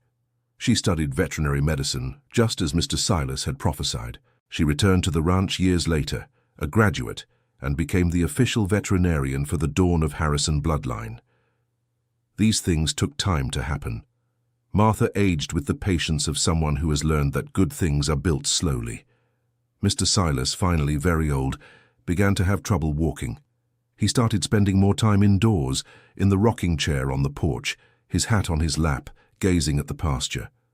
The children from the little one's Saturday were now taught by young James Robert and Dawn, and also by Grace, who was older and had become a sort of daughter of the house. One day at dusk, Martha went to bring coffee to Mr. Silas on the porch. He had his eyes closed, a slight smile at the corner of his mouth. Martha set the cup on the table beside him, sat in the chair next to him. She spoke quietly. "Mr. Silas, the coffee's here." He opened his eyes slowly, looked at her with that serenity of someone who has nothing left to prove. "Mrs. Marty, I've been thinking about something." "Tell me, Mr. Silas." "We did what the deceased asked." "We did." "Do you remember the day of the auction? I came to you ashamed. I thought you'd send me away, because I was just some old ranch hand." "I remember, Mr. Silas. I thought you were going to ask me for a handout. I was even rude at first." "You were, but you said yes, and that yes—" He swallowed hard. That yes changed everything. They sat in silence. The breeze swept across the porch. One of the grandkids outside yelled something to another child. Martha took the old ranch hand's hand. It was a calloused hand, full of spots, thin with age, but still strong somehow. "Thank you for taking care of my husband's promise, Mr. Silas. Thank you for not giving up." "Thank you, Mrs. Marty, for letting me fulfill it." They stayed there for a while longer. Then the old man closed his eyes again and dozed off into a peaceful sleep in the rocking chair. Martha covered him with a shawl. She watched the afternoon turn into night, her coffee cup growing cold on the table. She was in no hurry. No one there was in a hurry anymore. Life, with its strange twists, had given her back much more than it had taken, and if there was one thing that woman from the Dust Bowl had learned, over so many years of drought, so many losses, so many upheavals, it was this: what seems worthless sometimes is exactly what carries the miracle. A scrawny horse, an old ranch hand, a pregnant daughter-in-law, a buried letter, a yes given out of exhaustion. All of that, added together, had built the life she had now. And that life, despite everything, was good. The following summer, when the rain finally became generous again after so many years, the ranch was full. Children were running in the pasture. Young horses were galloping. Women were in the kitchen baking cake. Men were on the porch talking about planting. Mr. Silas, in the rocking chair, watched everything with that serene smile. Martha, now older but still steady, walked along the veranda with a watering can in her hand, tending to the large-leafed plants she had started to cultivate. Thomas arrived that day with news. The Breeders' Association had chosen her ranch to host a documentary about the recovery of the Criollo lineage. They were going to film for a month, tell the whole story, interview everyone involved. It would air on a regional television channel and later be made available on rural radio stations. Martha felt shy. "Thomas, I don't know if I'm good for appearing on TV." "Auntie, the story is good. You have to tell it. For other women going through the same thing, for other widows who think everything is over, for people who forget what the elders left us, you have to tell it." She thought it over. She talked to Sarah, to David, to Mr. Silas. Everyone supported her. She decided to accept. The film was made with care. The crew spent weeks at the ranch. They filmed Martha talking about her husband. They filmed Mr. Silas talking to Maverick, who was already very old but still walked serenely through the pastures. They filmed David working with his son. They filmed Sarah in the vegetable garden. They filmed Thomas explaining the lineage recovery technique. They filmed Grace, now an adult, handling the horses with skill. They filmed Dawn, a beautiful young woman, helping with the children on Saturdays. On the day of the documentary screening in the small town, they gathered everyone in the central square with an improvised big screen. People came even from neighboring towns. When the film ended, with a scene where Martha was stroking old Maverick's muzzle in the afternoon light and said softly, without knowing she was being filmed, "My little one, thank you. Thank you for holding on this long." The entire square gave a standing ovation. Many women were crying. Some men took off their hats. An unknown woman went up to Martha and squeezed her hand tightly, saying, "You gave me strength. I was thinking of giving up on my land. Now I won't give up anymore." Martha went home that night unable to sleep. She thought about all the times she had thought about giving up, all the times the burden had seemed too heavy, and how even so, out of stubbornness, out of faith, she had continued, and how, because of that stubbornness, now other women would also continue. That was perhaps the greatest victory of all. More years passed. Maverick finally had a peaceful old age. One day, he simply lay down in the pasture under a tree and never got up again. He passed away without suffering, surrounded by young horses. Mr. Silas, who in recent times slept more than he stayed awake, was told. The old man cried without caring who was watching. Martha cried along with him. They buried Maverick near the old tree, where her husband had hidden the letter and the deeds years ago. That was where it had all begun, deep down. It was fitting that it would be where everything ended for him. Mr. Silas, after that, grew even frailer. He asked to sleep in his room alone that night. Martha respected that. She just said, "Good night, Mr. Silas," and covered him with the blanket. The next morning, when Sarah brought his coffee, she found the old man sleeping a calm sleep. She went to wake him. But he didn't wake up. He had slipped away during the night, without a start, without pain, with that same serene smile at the corner of his mouth. Beside him, on the nightstand, was his hat and an old faded photo of James Robert, and him as young men, posing with a newborn foal. A photo they had never seen before, hidden by the old cowboy his whole life. On the back of the photo, written in a trembling hand, it said, "My friend James, I kept my word. I'm going. Wait for me." Martha read it, pressed the photo against her chest, and didn't cry for a while. She just sat on the edge of the old cowboy's bed, holding his still warm hand, remembering everything. David came in, sat on the other side, also in silence. Sarah came in, closed the door, sat on the floor. The grandchildren stayed outside, understanding that something sacred was happening there. They buried Mr. Silas right there on the ranch, as he had requested. A quiet place, near a big tree, beside Maverick's small grave. They placed a simple cross with his name and a phrase Martha chose, "Here rests the cowboy who saw what no one wanted to see." The children brought flowers. Thomas came with his family. Grace, the goddaughter, came with her husband. Yes, she had gotten married a few years before, to a good young man from the neighboring small town, and was now expecting their first child. The whole small town showed up. It was a tribute worthy of a man who, in silence, had changed many people's lives. After that, Martha truly felt the weight of the years. But it wasn't a bad weight. It was the weight of someone who had already done their part. She started going to the corral less often. She spent more days on the porch, reading newspapers, watching the grandchildren play, receiving visitors. David and Sarah took care of the ranch. Grace looked after the horses. Thomas came often. Life flowed around her, and she watched, grateful.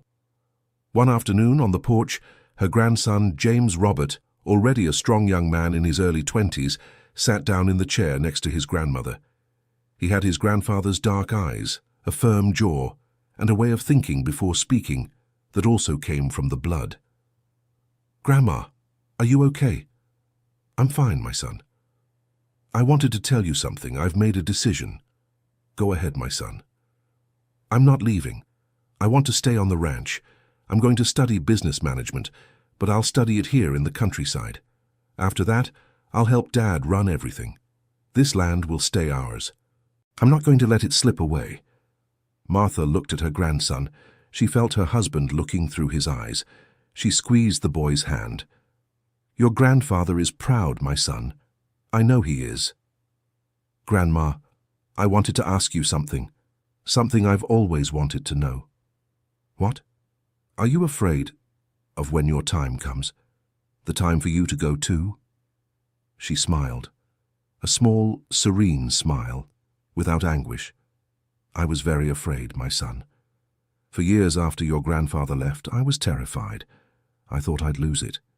But then, with everything we've lived through here, with everything we've rebuilt, you know what happened?" "What, Grandma?" "The fear went away.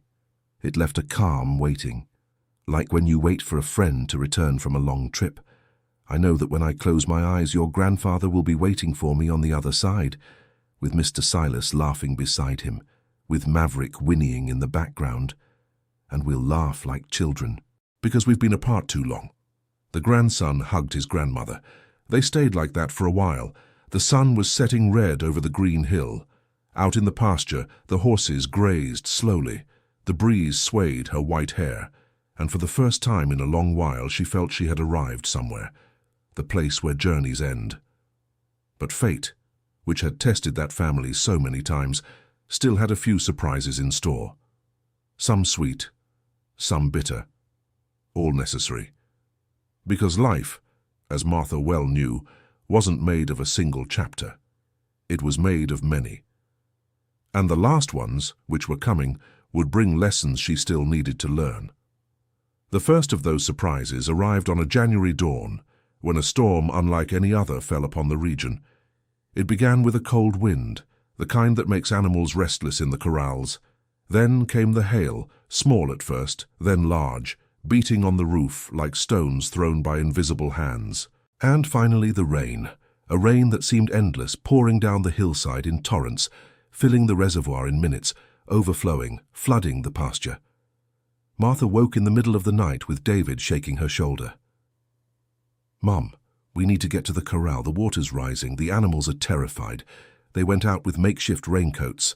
Sarah stayed home with the kids. Mr. Silas, despite his age, insisted on coming along. In the corral, the horses were neighing in fear, pounding their hooves on the wood. Water already covered the ground. Martha, David, Mr. Silas, and soon after little James Robert, who had snuck out of bed, worked all night moving the animals from dangerous spots, leading them to the high ground of the pasture, where the earth was still drier.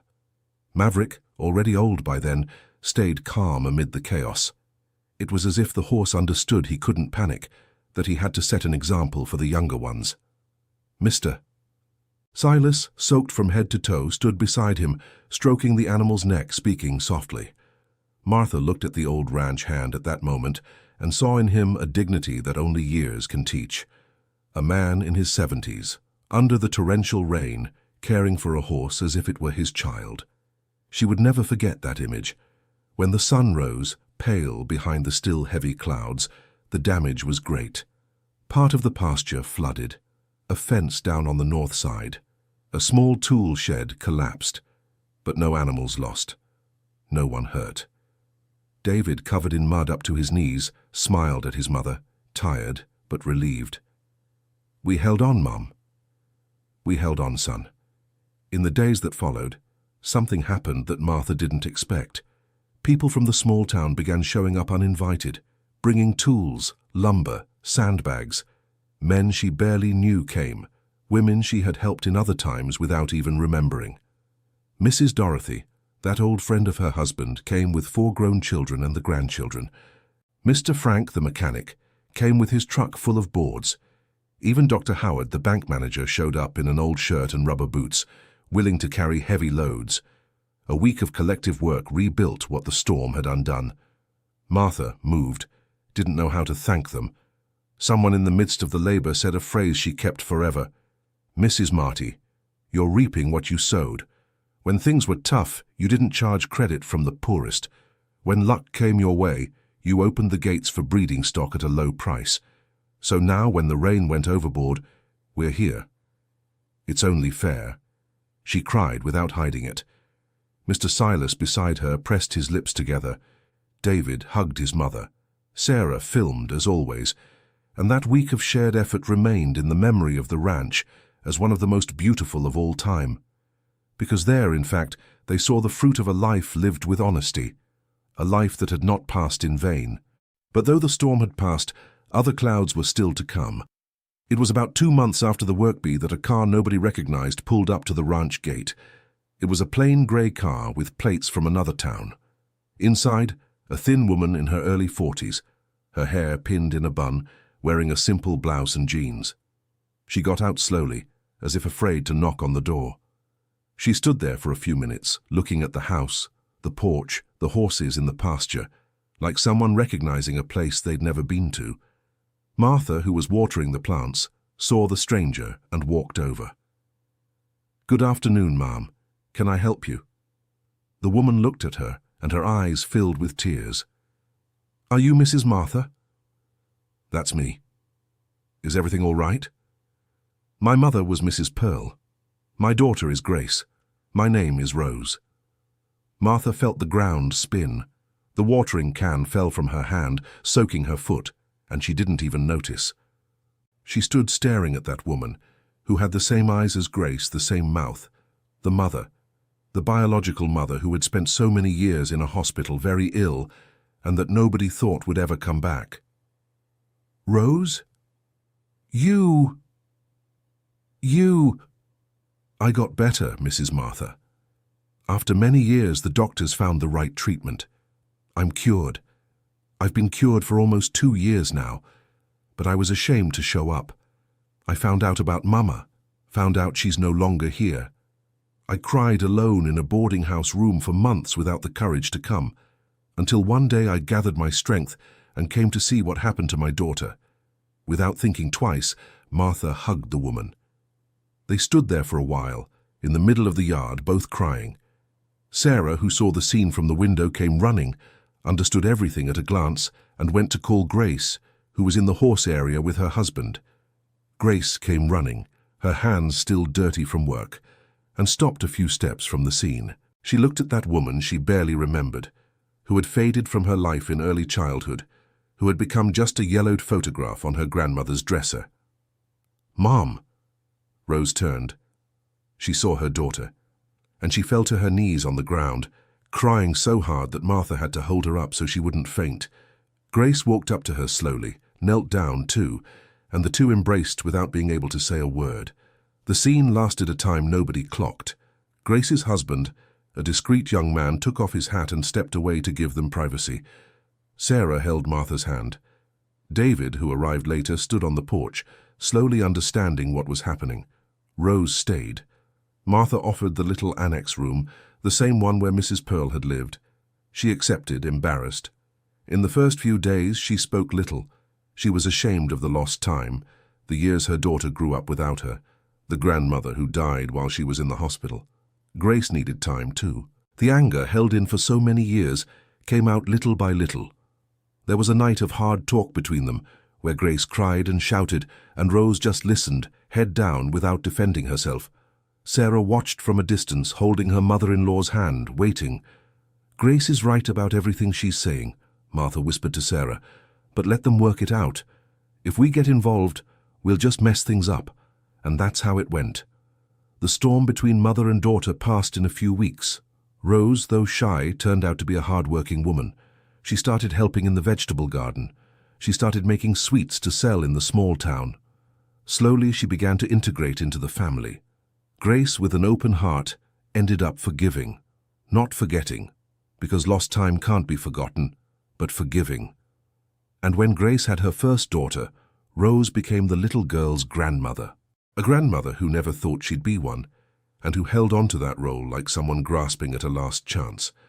Martha watched it all with a serene smile. She thought about how life sometimes gives back what it stole. She thought about how time that seems lost isn't always lost. She thought about how many Roses were out there, healed but without the courage to return, and how many Graces were waiting without knowing. Dear listener, if you're enjoying the story, feel free to hit like and especially subscribe to the channel. That helps us a lot as we're just starting out. Now, continuing. 1 year after Rose's arrival, another surprise knocked at the gate of the ranch. It was a Saturday morning, right on Little One's Saturday, when the children from the small town were everywhere, touching the horses, eating cake in the kitchen, running around in the yard. A black, imposing car stopped in front of the gate. A young man got out, about 30-something, tall, thin, wearing glasses, and dressed in a formal suit that stood out completely against the ranch setting. He stood outside for a while, not daring to come in. David, who was with little James Robert giving instructions to the children, saw the young man and went over to greet him. "Everything okay? Do you need something?" "Good afternoon. I wanted to speak with Mrs. Martha Harrison, if she can see me." "Come on in. Who should I say is calling?" The young man took a deep breath, looked David in the eye and said, "My name is Julian Sterling. I am Arthur's son." David felt his blood run cold. He stared at the young man, searching his face for traces of the father. He found some, but very faint. The young man seemed different. He seemed like something else. "Wait here." David went inside. Martha was in the kitchen with Sarah, cutting vegetables. He spoke softly. "Mom, there's a young man outside. He says he's Arthur's son. Do you want me to send him away?" Martha slowly put down the knife. She wiped her hands on her apron, took a deep breath. "Let him in. I want to see what face he shows up with here." Julian walked in, taking off his shoes at the little mat by the door, a polite gesture that caught everyone's attention. He sat on the edge of the living room sofa, hands clasped in his lap, like a student waiting for a grade. Martha sat across from him. David stood leaning against the wall. Sarah appeared at the kitchen door, not entering, watching everything. "Go ahead, young man, what do you want?" Julian took a deep breath. He took off his glasses, wiped them on his shirt, put them back on. "Mrs. Martha, first I want to say that I haven't lived with my father for many years. I was raised mostly by my mother, his second wife, because the first one, my biological mother, passed away when I was 5. My stepmother, whom I also call Mom, was always a good woman. My father was not. I know that, and I'm not afraid to say it. I studied far away, went to college, became an engineer, and kept my distance from his business because I never agreed with how he did things. Do you understand?" "I understand, my son. Go on." "My father, as you know, withered after he lost the competition, lost the lawsuit, lost his power in the small town. He moved away, went to live alone in a distant city, grew bitter. My stepmother separated from him about 5 years ago, tired of it all. He now lives alone in a simple house, and he's a broken man. I visit him now and then, out of filial duty, but I never accepted what he did. I came here today for a specific reason." Martha nodded. Julian continued. "My father is very sick. The doctors say he doesn't have much longer to live. It's not to make you feel sorry for him. That's not the point. It's that he called me to his bedside last week and asked me to do something for him, which is why I'm here. He told me that before he goes, he wanted to send you a request for forgiveness, not asking to be forgiven, but finally acknowledging that he was wrong. He gave me a letter written in his own hand. I came to deliver that letter." Julian reached into the inside pocket of his jacket and pulled out a simple yellow envelope, unadorned. He held it out to Martha. His hand trembled a little. Martha took the envelope. She held it in her hand for a while without opening it. She looked at the young man, she looked at David. She looked at Sarah in the doorway. "Did you read that letter, Julian?" "No, Mrs. Martha. My father asked me not to." I respected his wish. She took a deep breath, carefully opened the envelope. Inside, a simple sheet of paper with a trembling, uneven handwriting. She read in a low voice to herself, her face tense. The lines went like this. "Mrs. Martha, I don't expect you to forgive me. I don't deserve any forgiveness. I did a lot of bad things in my life, and you know well what I did to you and to your husband's family.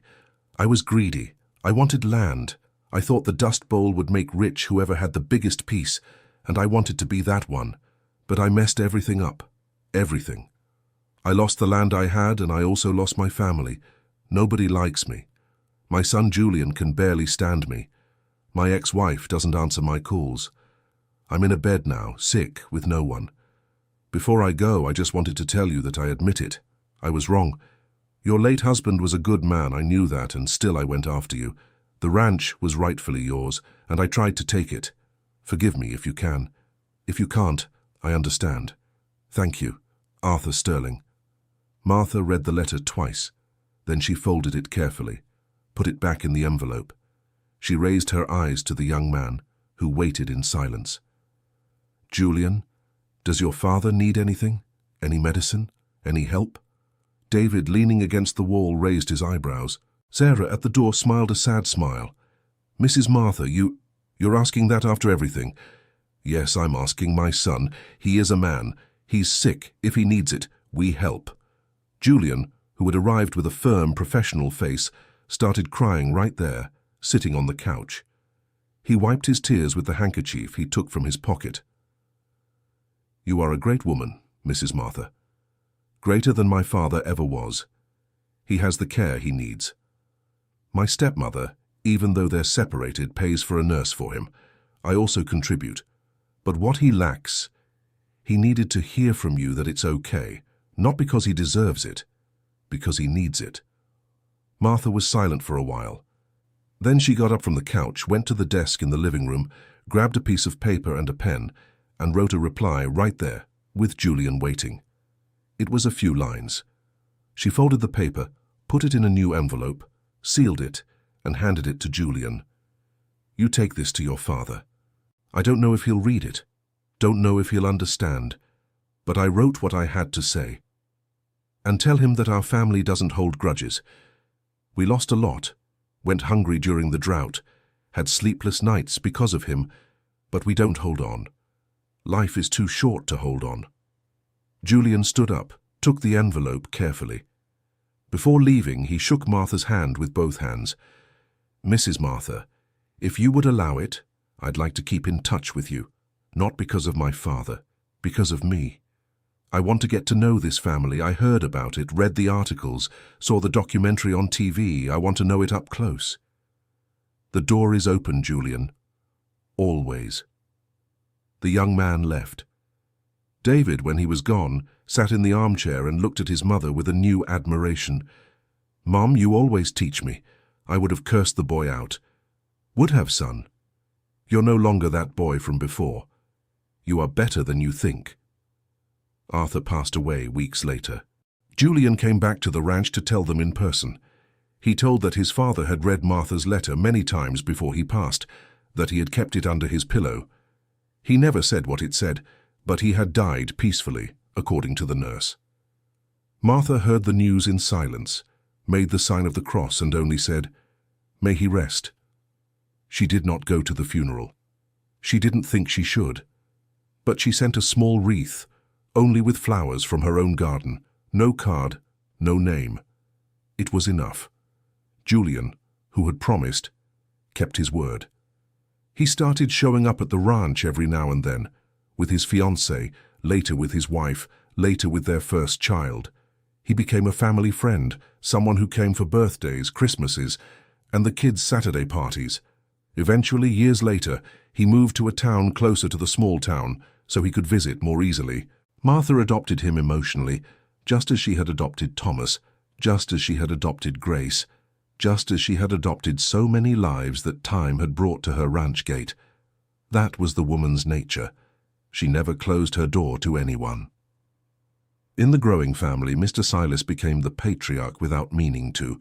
He already walked with a cane, already heard poorly, but he still had that calm of an old ranch hand who could see far. In the afternoons he would sit on the porch with little James Robert, who was now about 12, and tell stories about Martha's late husband, about other ranch hands he had known, about old ranches, about times when the Dust Bowl was different. The boy drank in every word. Sometimes he would come with a little notebook and write things down, so he wouldn't forget. Martha, seeing this scene through the window, felt her chest grow warm. One night, Mr. Silas tapped lightly on the door of the room where Martha was knitting. "Mrs. Marty, got a minute?" "Got a. Always, Mr. Silas, come on in." He came in slowly, sat in the armchair across from her, took off his hat, set it in his lap. "Mrs. Marty, I'm old." "You are. But so am I, Mr. Silas. We make a pair of old folks." He laughed quietly, scratched his chin. "I've been wanting to do something, and I wanted your permission because you're the boss around here." "Go on, Mr. Silas."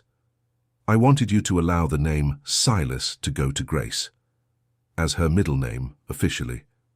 I know it's odd, I know she's already an adult, but I don't have a child of my own. Never did.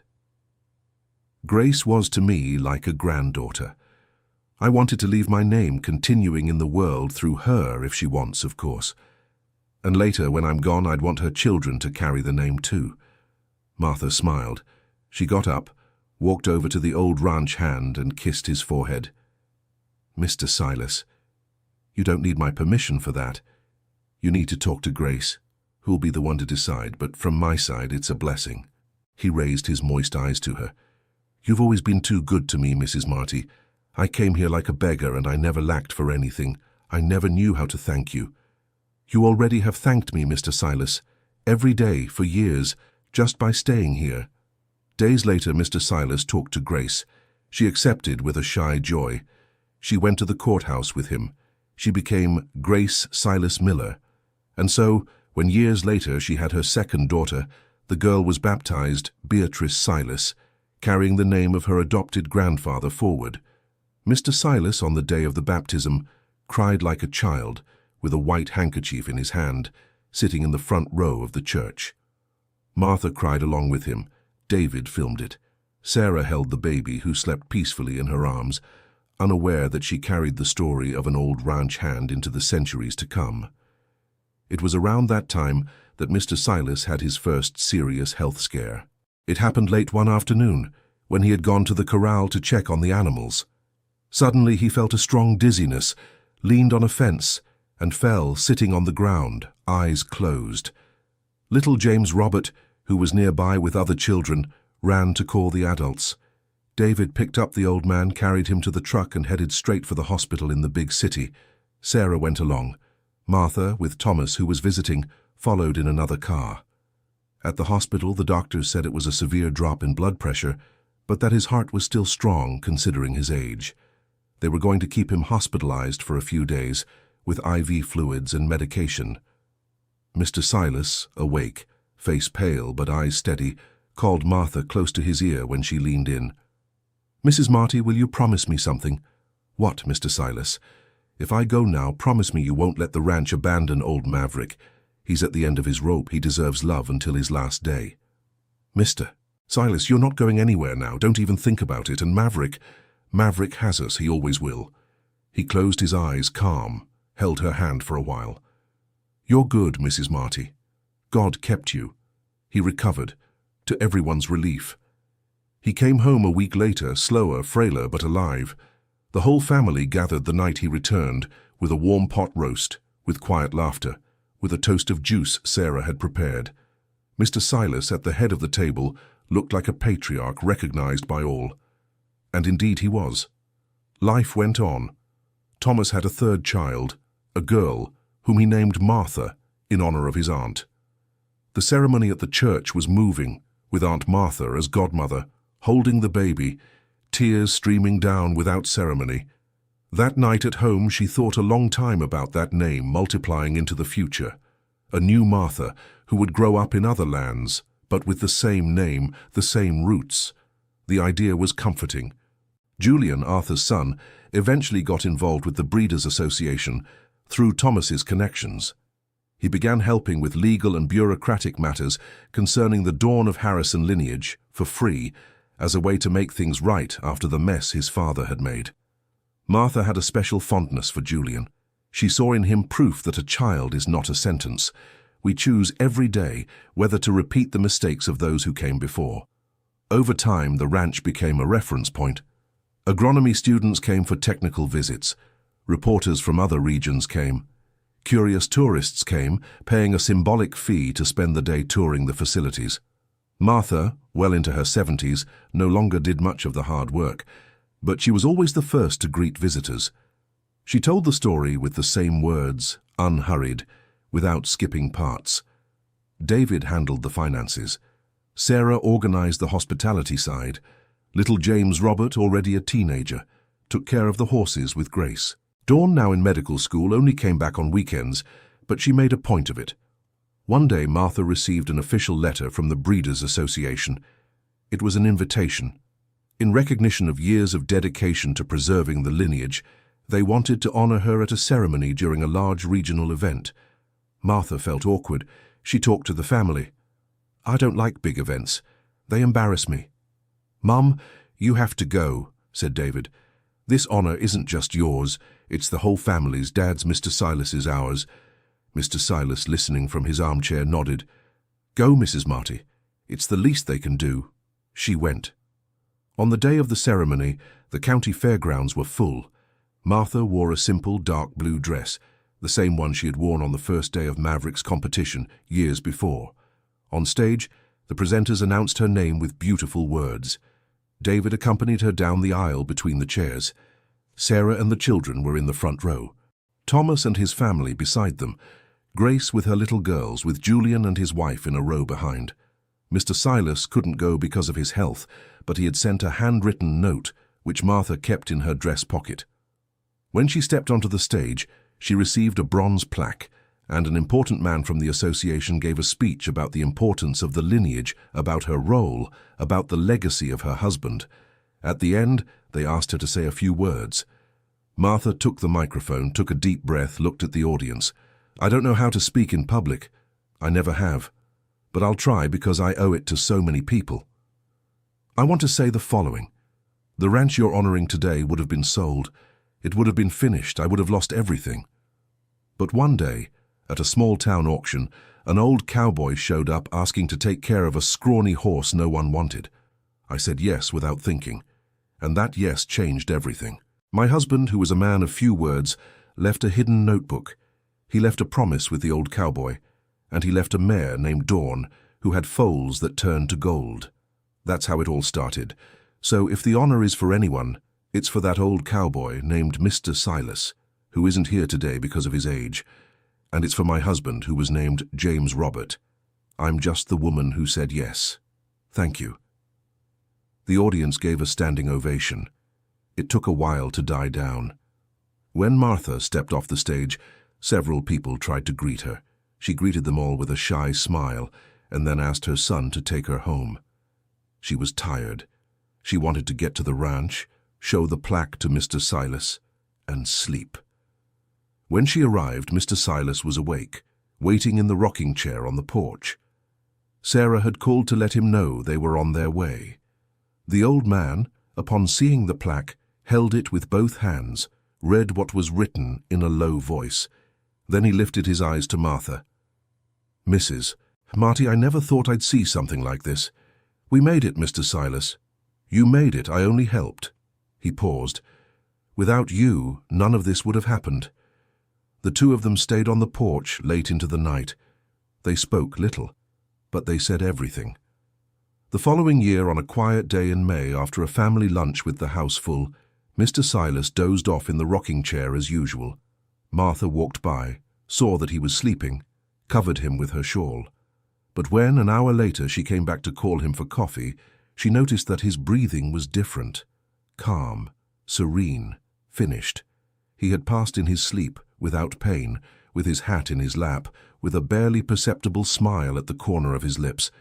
The memory he took with him was of the family lunch, the laughter, the children all around. It was a good farewell, the kind Martha had wished so many times for her own husband. Now, for the old cowboy, it had been exactly that. His funeral was simple, right there on the ranch, next to Maverick's grave. The whole small town came, Julian came, Thomas came. Mrs. Dorothy, now very old, came with her son. Dr. Howard, now retired, came. Caleb, the young man who years ago had warned about the poisoning of the reservoir and who today was the manager of a regional agricultural cooperative, came. Grace, with her daughters, held the coffin alongside David and little James Robert. Martha stayed strong during the ceremony, but at the burial, when they lowered the body, she let out a cry that everyone understood. It wasn't just the loss of a friend, it was the loss of a brother she had gained late, but gained for real. On his cross, as he had asked years before, she placed the simple phrase, "Here rests the cowboy, who saw what no one else wanted to see." And below she added another, which hadn't been agreed upon, but was fair, and who was also seen by those who needed it. After Mr. Silas was gone, the ranch seemed quieter for a while. The children felt it. The horses felt it. Martha especially felt it. The rocking chair on the porch remained empty for a few months because no one had the courage to sit in it. Until one day little James Robert, now quite grown, sat down there naturally one afternoon and started talking to his grandfather as if he was still there. Martha from the window saw it and smiled. The chair was being occupied again, as it should be. Life resumed its rhythm. A few years after that burial, Martha began to feel the weight of time in her own body. It wasn't an illness, it was just the clock. Her hands grew more tremulous, her legs more tired. The memory of recent things sometimes failed, though the old memory remained as solid as stone. Sarah, with care, began to help her day to day without making a big deal out of it. David insisted she stop cooking, but she refused. She said that as long as she had hands, she was going to make cakes for her grandchildren. And she did. It was around that time that a scene took place which remained, in the family, as one of the most beautiful. It was a Sunday afternoon. The whole family was gathered for the big Sunday lunch. Thomas with his wife and children, Grace with her husband and the girls, Rose, Grace's mother, Julian with his wife and small son, David, Sarah, James Robert, Dawn, and Martha at the head of the table with the green shawl she loved so much. The table was long, improvised with several planks, because it couldn't fit on a single piece of furniture. The food was abundant, the laughter even more so. Suddenly, Sarah asked for silence. She picked up a glass, tapped it lightly with a spoon. "Everyone, I wanted to say something. Mrs. Marty, you'll allow it, right?" "Go ahead, my dear. I wanted to say this. A few months ago, David and I started writing a book. It's not a big book, nothing famous. It's a modest book, with the name and story of everyone who was part of this ranch over the years. We used the late's notebook, we used the letters, we used Mrs. Marty's diaries, we used the old videos I still have. We wrote it calmly. Julian helped us with the legal part, Thomas with the technical part, Rose with some old photos she kept, Grace proofread it. And now, Mom, the book is ready. We wanted to give it to you as a gift." Sarah took out from under the table a package wrapped in simple paper with a cloth ribbon. She handed it to her mother-in-law. Martha, with trembling hands, opened it. It was a beautiful book, hardcover, with a photo of Maverick on the cover. The title said, "Dawn Harrison, the story of a ranch, a family, a lineage." Martha was speechless. She flipped through the first pages. She saw old photos of her husband. She saw photos of herself young, with her baby son. She saw photos of Mr. Silas in various stages of his life. She saw a page dedicated to each important person in the history. She even saw a page dedicated to Arthur, written fairly, without hatred, just showing what he had been and the role he had played. She looked at Sarah, at David, at Thomas, at everyone. "You did this, all of this for me." "For us, Mom," said David, "for the family, so that the children who will come won't forget." Martha cried. There was no other way. She cried softly, with the book in her lap, and each of the relatives came to her side, kissing her head, her shoulders. It was a simple scene, but at that moment Martha knew, with a certainty that comes only when life falls into place, that everything had been worth it. Every loss, every sleepless night, every drought, every threat, every blow. It had all led to that table, that Sunday, that book, those children. Later, when everything was put away, and Martha was already lying in bed, David appeared in the room with something else in his hand. It was a small envelope, which she hadn't seen among the gifts. "Mum, I forgot to give you this. It was with the book." She opened it. Inside, there was an old photograph, very old. It showed a young James Robert, mounted on a horse, in the same pasture of the ranch, with a wide smile.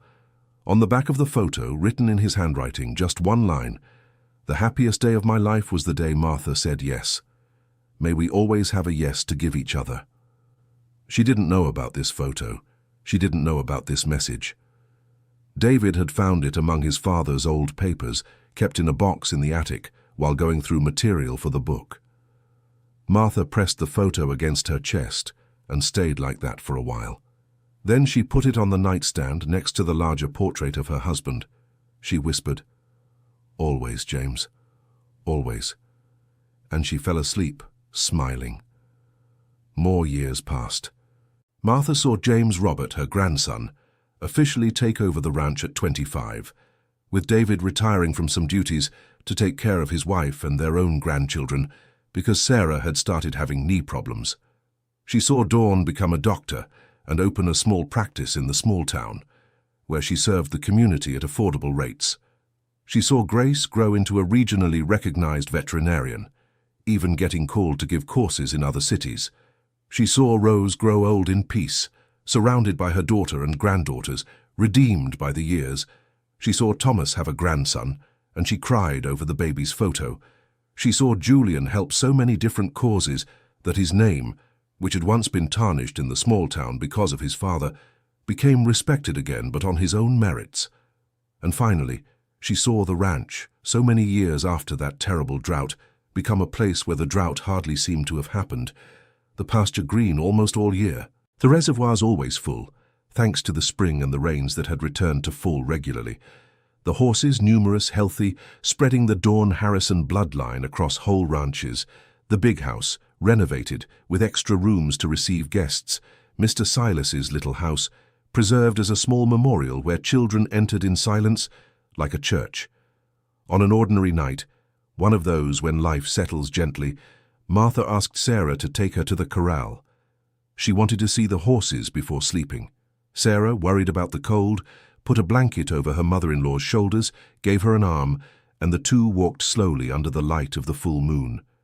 In the corral, the horses slept calmly. In the corner, a foal of a grandson of Maverick, a young animal beautiful with a chestnut coat shining silver under the moon, lifted its head when it saw them. It put its muzzle against the fence. Martha ran her hand over it. "My dear, you know something," she said to Sarah. "I'm at peace, truly." "You've always been, Mrs. Marty." "No, my dear, I learned to be. There's a difference." Sarah hugged her mother-in-law. They stayed like that for a while, watching the horses, listening to the night. "My daughter-in-law, you were one of the best things that ever happened to this house." "Mrs. Marty, I'm the one who has to thank you. You welcomed me when I was just a scared girl from the countryside. You made me a mother. You made me strong. You made me who I am. Take care of those boys, Sarah. Take good care of them. Always, ma'am. Always." They went back to the house. Martha slept well that night, dreaming of her husband, of Mr. Silas, of Maverick. Good dreams, without fear, without rushing. Dreams of someone who no longer has anything to resolve in the world. The ranch carried on strong, year after year. Grace had 2 daughters, who grew up running through the same pastures where she herself had learned to ride. Dawn went to study medicine in a nearby city and came back every weekend. James Robert, the eldest grandson, gradually took over the administrative reins of the property, always with his father beside him. Thomas remained present, and his children also frequented the ranch.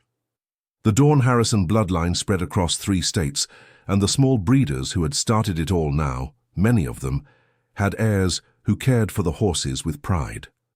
The name of James Robert, the husband, was remembered at horse fairs, in magazine articles, in conversations among cowboys, as the man who had seen beauty where others saw only problems.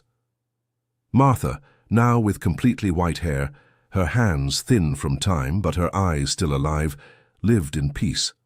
She walked slowly, but she walked. She made birthday cakes. She told stories to great-grandchildren, because now there were great-grandchildren too, and when someone asked what her secret was, she always gave the same answer. Don't give up. Say yes when an outstretched hand appears, even if it comes disguised, and have faith that what you truly love never gets lost. One afternoon, while she was having coffee on the porch, a small child, a great-granddaughter only 4 years old, climbed onto her lap. The girl's name was Lily. She had curly hair and very curious eyes. "Great-grandma, tell the story of the skinny little horse again." Martha smiled. She pulled the girl closer. "Once upon a time, my dear, there was a horse so skinny, so sad that nobody wanted him. Everybody laughed at him, everybody thought he was useless. But there was an old ranch hand named Mr. Silas who looked at him and said, 'This horse here is special. This horse is going to save the family that took me in.'" The girl listened with wide eyes. The story had been told 1,000 times, but each time it was new, each time it carried something. And Martha, seeing the sunlight hitting her great-granddaughter's hair, felt that the circle was complete. The story, which had begun on a drought-stricken day at a small-town auction, now multiplied in little hearts, in ears that would carry it forward into the future, into a time she would no longer see, but which she knew would come. And that, the knowing that the story continues, was the greatest inheritance a woman could leave. That night, when everyone was already asleep, Martha got out of bed, picked up her shawl, and went to the porch. The moon was full, silvery, huge. A light wind blew. Out in the pasture the horses slept standing up, as they always do. She pressed James Robert's wedding ring against her chest and looked at the sky for a long time. "Did I do right, James?" she asked softly. The wind rustled the leaves of the tree in the yard. A distant bell sound came from the small town, maybe from the church, announcing something. A horse, far away, neighed softly. She smiled. It was his answer. "I did right," she said to herself. "I did." And she went back to bed. She slept a peaceful sleep. The sleep of one who no longer owes anything to anyone. The sleep of one who has passed through the storm and come out the other side. The sleep of those whose hearts are at peace. Outside, in the night of the Dust Bowl that had once been only drought and was now green again, the horses of the Dawn lineage kept grazing in silence, guardians of an ancient promise that had been fulfilled. And in the sky, among stars that blinked indifferently, someone might swear, if they looked closely enough, to have seen for a moment the vague form of a little colt galloping, light, free, with an old ranch hand in a hat smiling beside him, waving to someone down below. Martha slept. And around her, everything finally was in order. End of story. This was a fictional story created to touch our hearts. Now tell us what you thought. Do you believe that the yes that Mrs. Martha gave to Mr. Silas at that auction really changed the destiny of the entire family? Leave your honest comment from wherever you're watching us, and share if you've ever experienced something similar. Your like, and especially your subscription to the channel, make all the difference so that other stories like this one reach you. Thank you so much for your company, and see you next time.